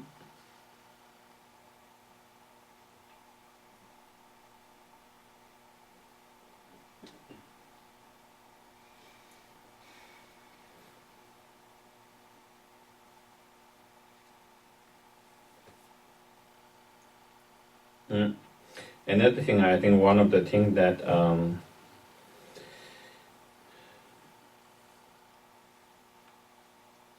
many practitioners in many traditions, I think they don't understand the importance of purification and accumulation of merit.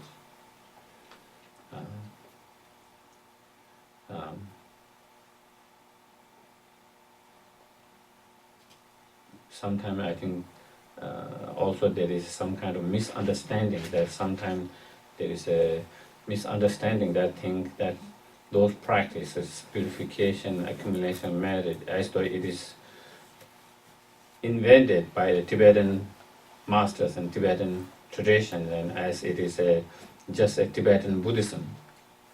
But if you actually look each of those practices, the authentic source you find in Indian masters and in sutras. So it is not that. If you read Shantideva's Bodhisa Way of Life, chapter 2 and 3 is concerning purification and accumulation of merit. The 7 preliminary practice, 7 branches practices, the 2 chapters. If you read Nagarjuna's Precious Garland, as well as the Letter to Friend, also he described a lot about purification and a lot about creating merit and that. If you read sutras, even in some of the sutras, again there is even in Golden Light Sutra, there is a huge sections on purification part and accumulation of merit. So all these teachings are very much based on sutra and Indian masters and that. And the way it is explained, and I think when we give an example, I think maybe it can help us to understand a little bit better of that.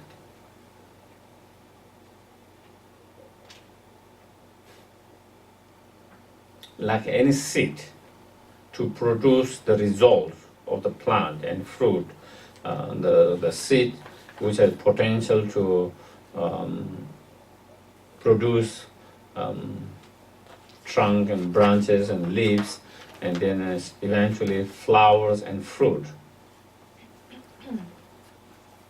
What is the main cause or primary cause of that fruit plant or tree? Is that seed, okay? Whether it's apple tree or whether it's orange tree, that's the seed, that is primary, substantial primary seed. But that is not just enough for that seed to produce that result. You need other secondary cause and condition like water, heat, maybe light, fertilizers, or all these different cause and conditions that you need. Without that, just by that seed, it is not going to produce that. So all these other cause, like water, the heat and light and everything, is like the conducive conditions for that seed to produce its full potential. So that is accumulation of merit. Creating the merit, the positive karma, the virtues, is that creating that right conducive conditions. And in order that seed to produce that the tree fully to its full potential, then you have to clear all other obstacles that might create an obstacle for it to, let's say there's too many rocks, so the root is not unable to stabilize strongly, and so because the root is not being able to establish strongly, it is unable to produce the full result. Okay, So you have to clear all the rocks that is in a way for that root to expand and to take a strong grounded. Or maybe there are weeds that is taking all the waters and energy there, so the tree is not getting all the waters and all the energy that it needs. And so therefore, because a lot of the water that you give in is taken by unwanted weeds. So you have to clear that. So you have to clear all that without obstacles for it to grow fully and produce full result, full and create that condition together. All the seed, the main cause, and then clearing all the obstacles and then creating right conditions is key. Yeah, I think it's quite easy to understand, isn't it? Importance of all of that. That applies same to our practice. Again, that applies same to our internal practice.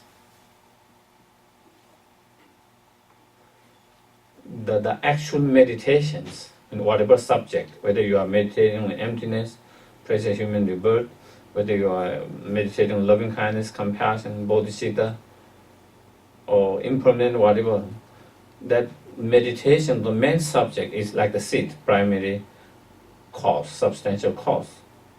Okay? But for that meditations, the primary cause, like the seed, to be successful to produce the realizations, the tree of the realizations, then you need to clear the obstacle through the purifications. And you need to create the right conducive condition through accumulating merit, through those different seven limb practices. Together with all of them, the meditation on the subject, purification, accumulation of merit, and then with the blessing of the gurus and the Buddhas, then your meditations can produce the result, the realization easily, quickly, and strongly.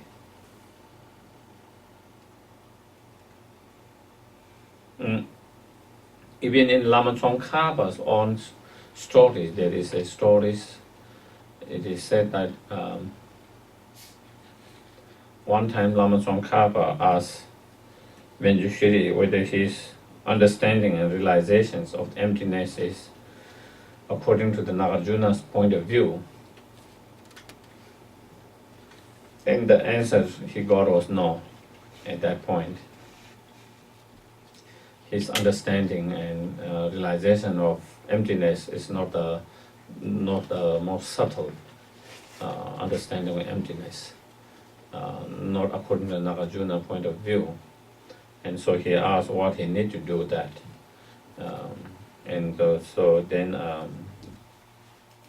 So he asked whether there's any special teaching instructions. And he says, no, there's nothing. I don't have anything more to share, to explain, to teach than what I have already done. But what you need is that you need to combine the practice of purification, accumulation, merit, continue to study, reflect, contemplate, meditate, and try to see the Guru and the Yidam daily as inseparable and make supplications, and then do that. And then not long ago, soon you will have the realization and correct understanding of emptiness according to Nagarjuna view. And on the advices of that, then he was in the middle of teachings, with teaching to thousands of students, monks, and then he left. He stopped teachings, and all the students were requesting him, please not to go, please keep us teaching, but he need to go, and then he left with 8 of disciples, just 8 according to the advice of the Venjushiri, and then he placed in Wolga Chuling in Tibet. That's where he went, and then he did a lot of purification practices, a lot of accumulation of merit, and he continued to study, reflect, contemplate, and then after some time, over the time, then he had some, in his dream,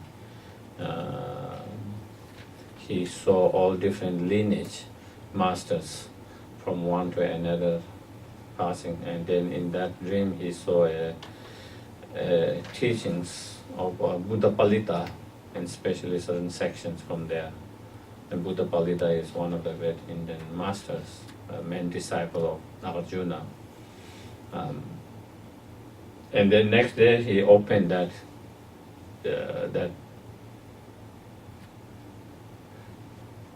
teachings, that same which he had studied many times in the past, and then as he started to again study, reflect, contemplate, then that is when it said that he had the unmistaken, the correct realization of emptiness according to that. And so, again, also from that, and then most of the masters, when you read their biography, then it clearly points from their biography, their experience, that they were able to have certain realizations after they have been able to do all this practice together, purification, accumulation, merit, and then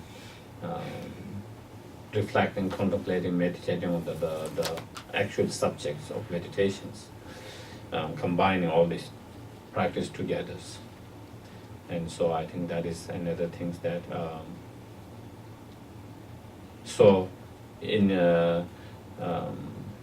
this tradition that we still continue to apply is very much coming from the Nalanda traditions.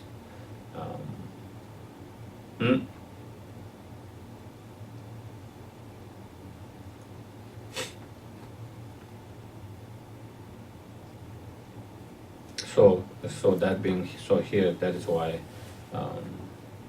the purifications through the Four Open Power become extremely important factors in cultivating the realizations on the path, and to be able to achieve fully enlightened state.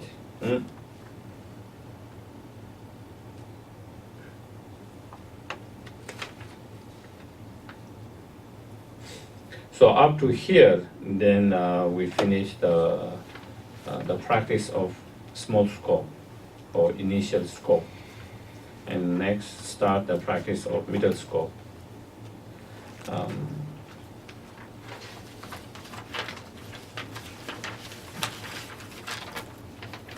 So again, all this practice that is described until now, they act as a foundation for the next level of the practice of the middle scope. And the stronger foundation that we have of those small scope, the better chance we have of making progress in the middle scope of that practice.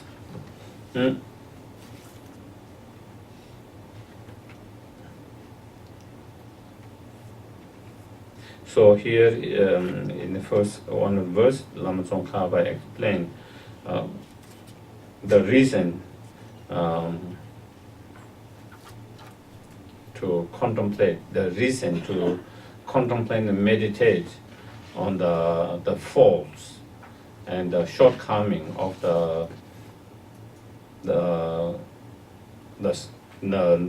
truth or the nature of suffering and the originations.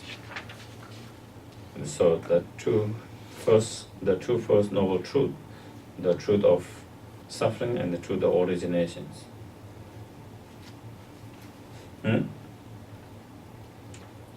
If you do not make an effort to think reflect, contemplate, meditate about the true suffering and their drawbacks, you will not properly develop a keen interest to work for liberation. So, yeah. So if we don't really reflect, contemplate, and understand the nature of suffering, nature of samsara, and their drawback, the faults and shortcoming of that, then of course we wouldn't have any keen interest or aspiration or wish to free from that state and to have a nirvana or liberations. If you think your present situations is great, wonderful, why would you want to be free from that state and achieve the other state? Only when you understand that this state where we are in, samsara, is the nature of suffering. No matter which rebirth you take within the samsaric realms, it's a nature of suffering. If you don't really understand that, then you wouldn't have a really keen interest, wish, aspiration to have true liberations. Then even though we say liberation, it's only through mouth, it's not really coming from your heart. And I think that is what happens to a lot of us, at least me. So instead of trying to be free from samsara, you are very interested in samsara. You are very attracted to the samsara. You have aversion to a certain part of the samsara, but you have attached to a certain part of samsara. Because not knowing this is the suffering as well. Not understanding this part of samsara is also suffering. Because we think this is painful, suffering. This part of samsara is painful, suffering. And this part of samsara is not suffering and painful. So we want to get free from here and to achieve this, only to find out this is also suffering. Then again we see another form of samsara, and again we think that is, and that is how we continue to get distracted in samsara, and how we continue to circle into samsara and never really get out of samsara.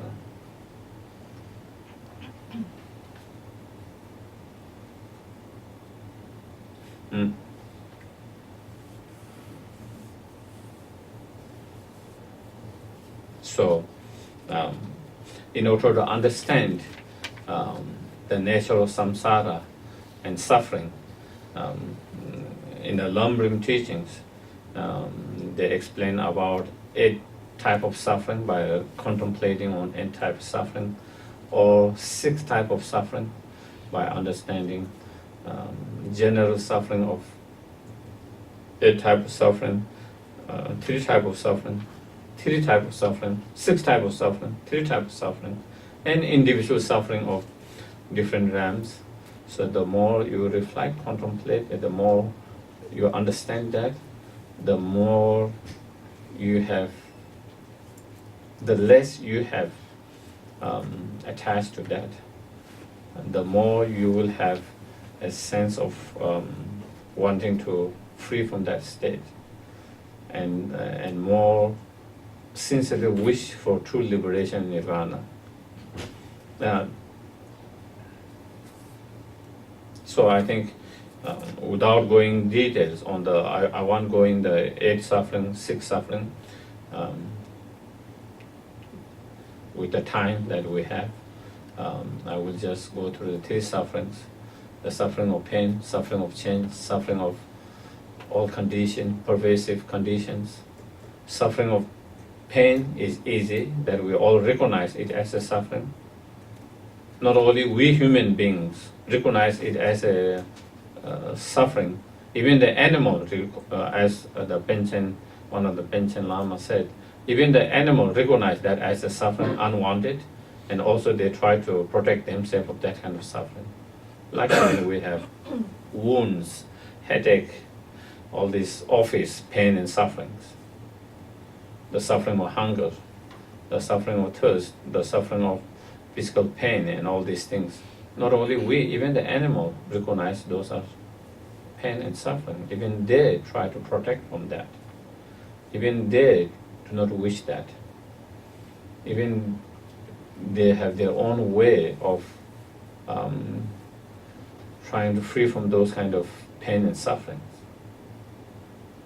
So thus, that is office suffering, or the suffering of pain. So we all have strong wish to be free from that suffering, those suffering. So second, the suffering of change is where we get attached to, instead of having a sense of wish to free from that state. We want that's suffering.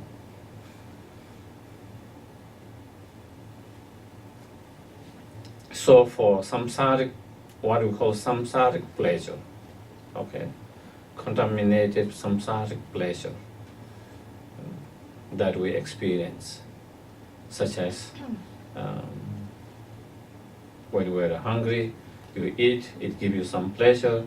When you're thirsty, you drink something, it gives you pleasure. When it is hot, you dip in the cold water, it gives you some kind of pleasure. When it is humid, hot, you turn on the air conditioning, it gives you some pleasure. When it is too cold, you turn on your heater, the warm, it gives you some pleasure. And all this, all different pleasure that we can think of.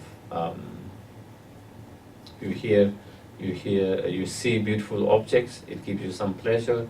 You hear beautiful sounds, musics, it gives you some pleasures. You smell something very nice, it gives you some kind of pleasure. You taste something delicious, it gives. You touch something soft, and that it gives some kind of warm softness. It gives you some all this pleasure, which we call happiness and pleasure, which we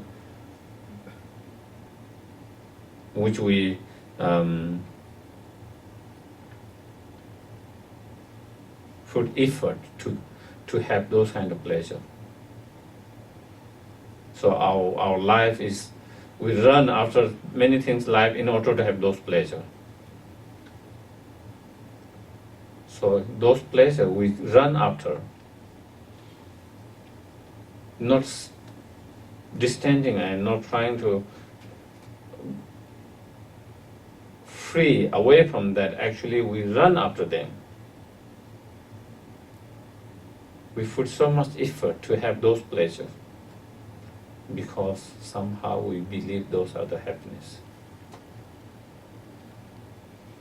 And we wish happiness and we want to achieve that happiness and believing those are the happiness, therefore we run after them.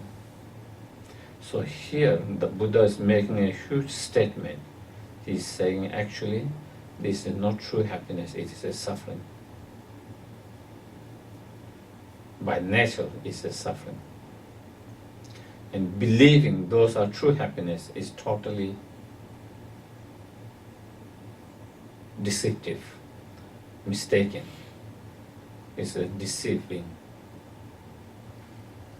And that is why we continue to suffer.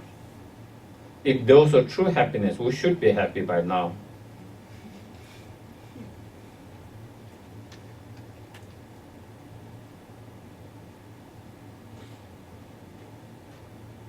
And then see the logic he used. then if you observe, it's true.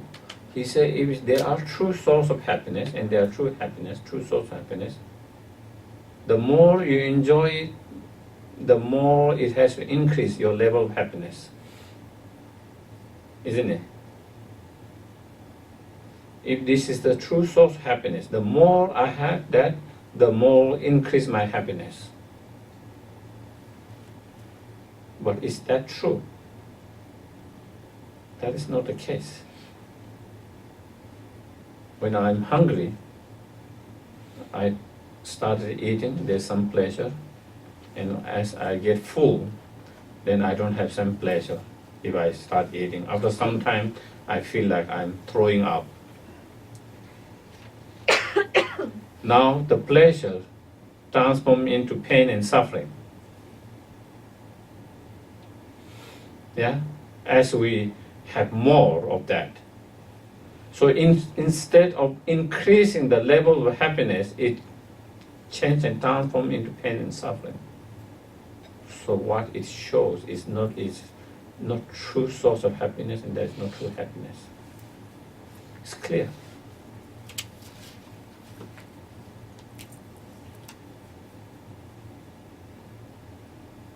And same thing, you turn out the heat, cold, and the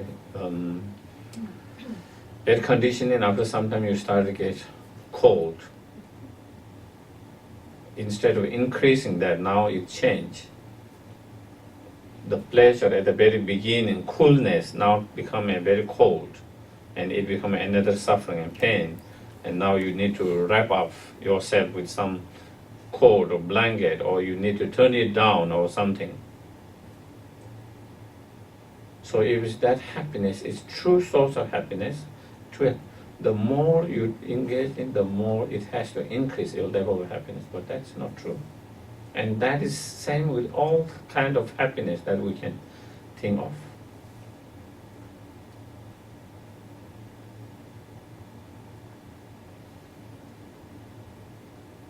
When it's hot, you dip in the cold water, it gives some pleasure. Then when you remain there for a few hours, you start freezing, and you want to come out of that and be in the sun.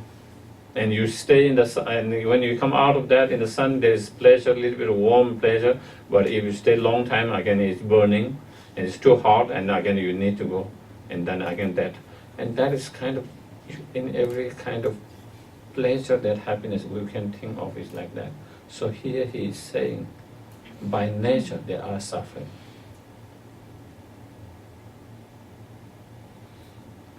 By nature they are suffering. As long as it's a result of contaminated karma and delusions, then the nature is suffering. It's not true happiness. By nature, it's not true happiness. So, that's suffering of change. And in some, also in some teaching, they explain,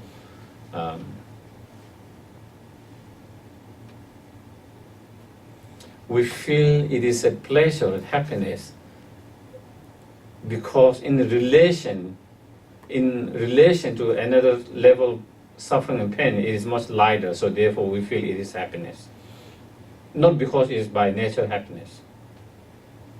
But in relation to more stronger suffering and pain, that one more lighter, so it feels like it is a happiness.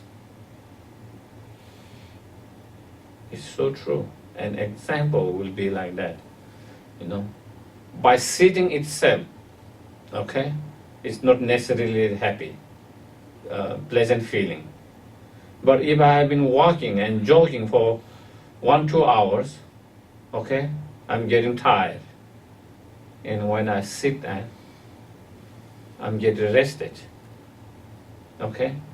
And there is kind of joy, pleasant feeling. If I wasn't walking and jogging for that much hour, if I was sitting before, I wouldn't have same feeling. Now, at the moment, I feel that being able to sit now, to be able to rest, feel is a great joy, pleasant feeling. Not because sitting itself of that, but because you have been jogging or walking or running for long, and there's much more tiredness and the unpleasant of that tiredness compared to that when you sit. And so that is, but you would not have same feeling if you haven't done that, walking on that. If you have been sitting there for 2 hours, probably you wouldn't have that feeling. And that is same with it. So what it shows is that compared to the whatever unpleasantness that you are feeling, and when you said that, reduce that feelings of that unpleasantness that was strong before. And because of that, it feels like it is a pleasant feeling, a joyful feeling. So it's in relation with that, that is how you feel it. But by nature, it isn't, because if you haven't done, you wouldn't feel the same way. Isn't it? It's the same thing if you drive into a cold water when it's very hot and heat outside, when there is a kind of this one, but if it was very cold already outside, if you jump into the cold water, it wouldn't give you the same pleasant feeling, do you? Do we? No. So, if it is true happiness, then whether it is cold out that by living in that cold water, it should be giving the same feeling, same happiness. And so that is where he said suffering change. By nature is the suffering. Only in relation with some higher suffering, it feels like it's pleasant. Happiness. And so, as Panchen Lama said, he said that kind of happiness, even some of the non-Buddhist practitioners, ascetic at Buddha's time, also they understand that as a nature of suffering, and they are not attached and they give up. So a lot of sages, practitioners, sadhus, who have given up, attached to all this kind of pleasure, and who have dedicated their whole life to certain spiritual path, with nothing in the mountains, without clothes, without any belongings, totally disconnected from our ordinary world, because they see these are essenceless, and they are no true source of happiness, and they have no attachment to that, and they have given up all that kind of suffering. Then the suffering of the third level, the suffering of all condition, pervasive, and that is it says that is the most subtle level of the suffering, and that is where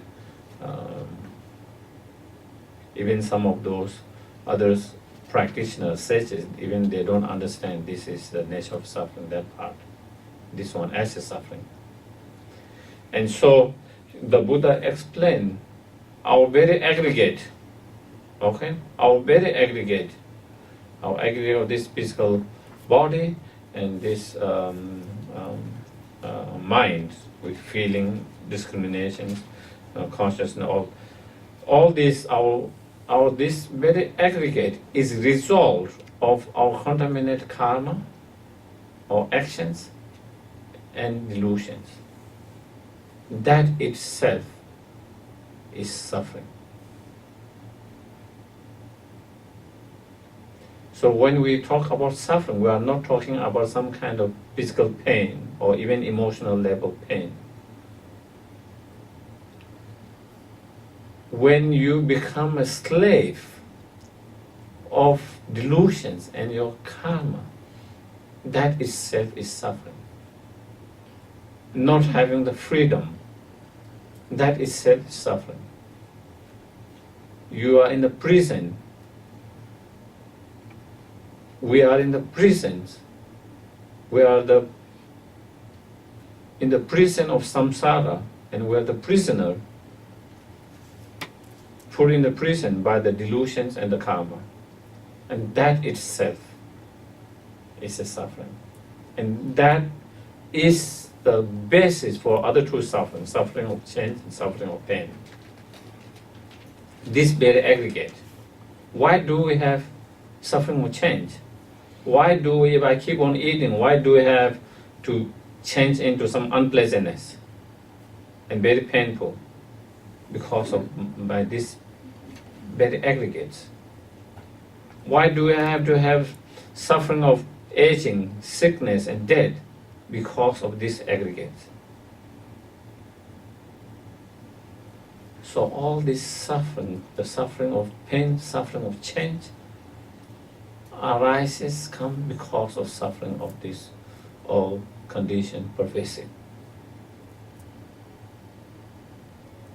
This very aggregate, which is the result of contaminated karma and the delusions. So as long as our existence, our rebirth, our life, our aggregate under the control of the delusions and contaminated karma, that means we don't have real freedom. That itself is suffering. That means we are slave of that delusion. That is suffering.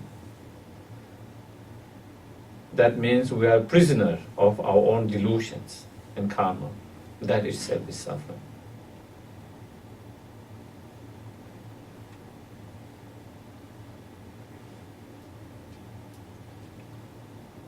And it is called all pervasive because this kind of suffering pervades in all six realms. The suffering of pain is not pervaded in all six realms. The suffering of change is also not pervaded in all six realms, even though it's pervaded in human realms, animal realm, and certain other realms, like certain God realm, certain form and formless God realm. They don't have the suffering of pain. They don't have suffering of change. But what they have is this suffering of all pervasive condition, because they are still, even their rebirth is still, their existence, their rebirth is still a result of contaminated karma and delusions. They are still not still free from the delusion and karma. And so that pervades in all six realms of the samsara, and is conditioned because that is conditioned by the contaminated karma and the delusions.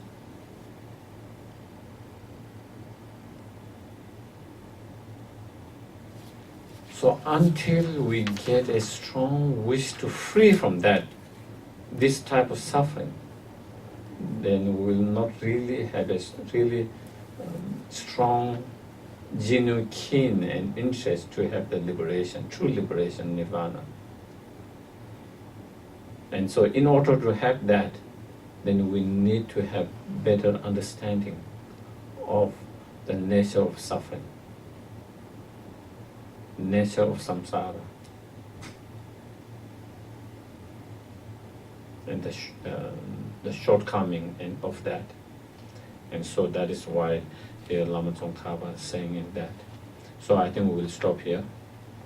Okay, so we'll continue tomorrow. And I could take one or two questions if you have. So far, if you have any questions.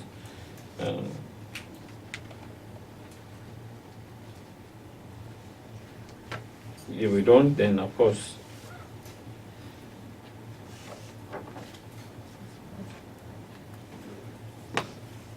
Yes, please.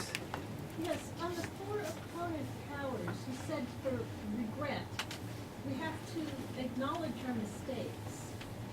But we've made mistakes in a past life, and I don't know what I've done in a past life. How do I acknowledge that? Even though we don't remember them clearly, one by one, but we can generalize it. So we can generalize in that way all the negative karma that I have created with my body, speech, and mind. Either one of them, either two of them, either three of them. So because all the negative karma we have created can be contents in that and generalized that way. Another way is all the negative karma that I might have created due to ignorance, due to anger, due to attachments, due to two of them, due to all three of them.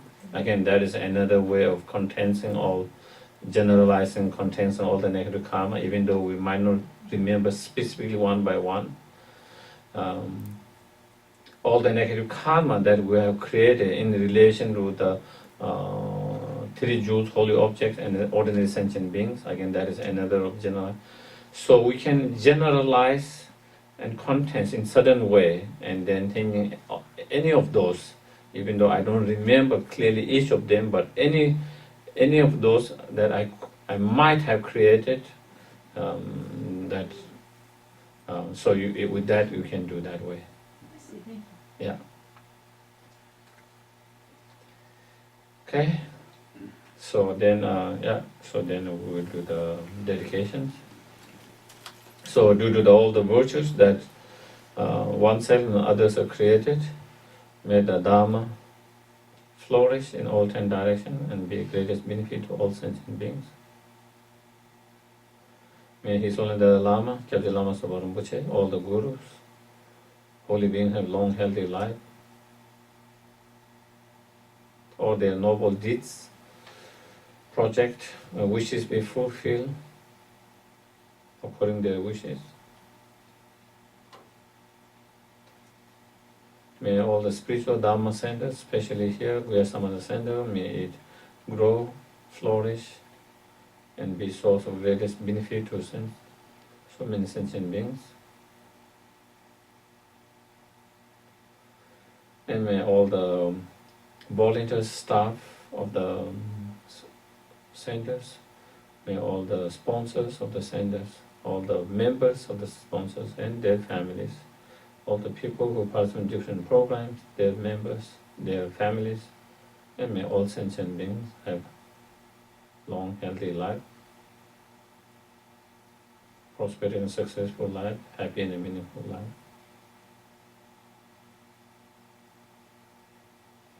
May all sentient beings who are not feeling well, may they recover from their illness as soon as possible and have long life.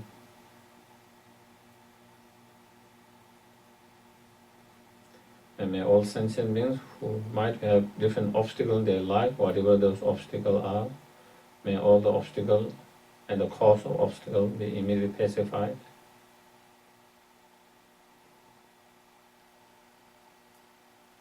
And may they find a solution to the problems.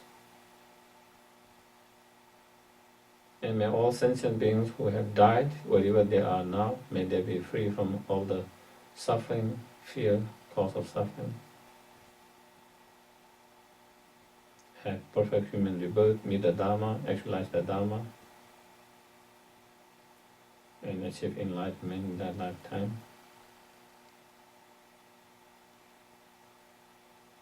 And may each and every sentient being be able to actualize and fully develop true love, compassion, bodhicitta mind, and wisdom realizing emptiness as soon as possible. And those who have already actualized, not to diminish but increase more and more.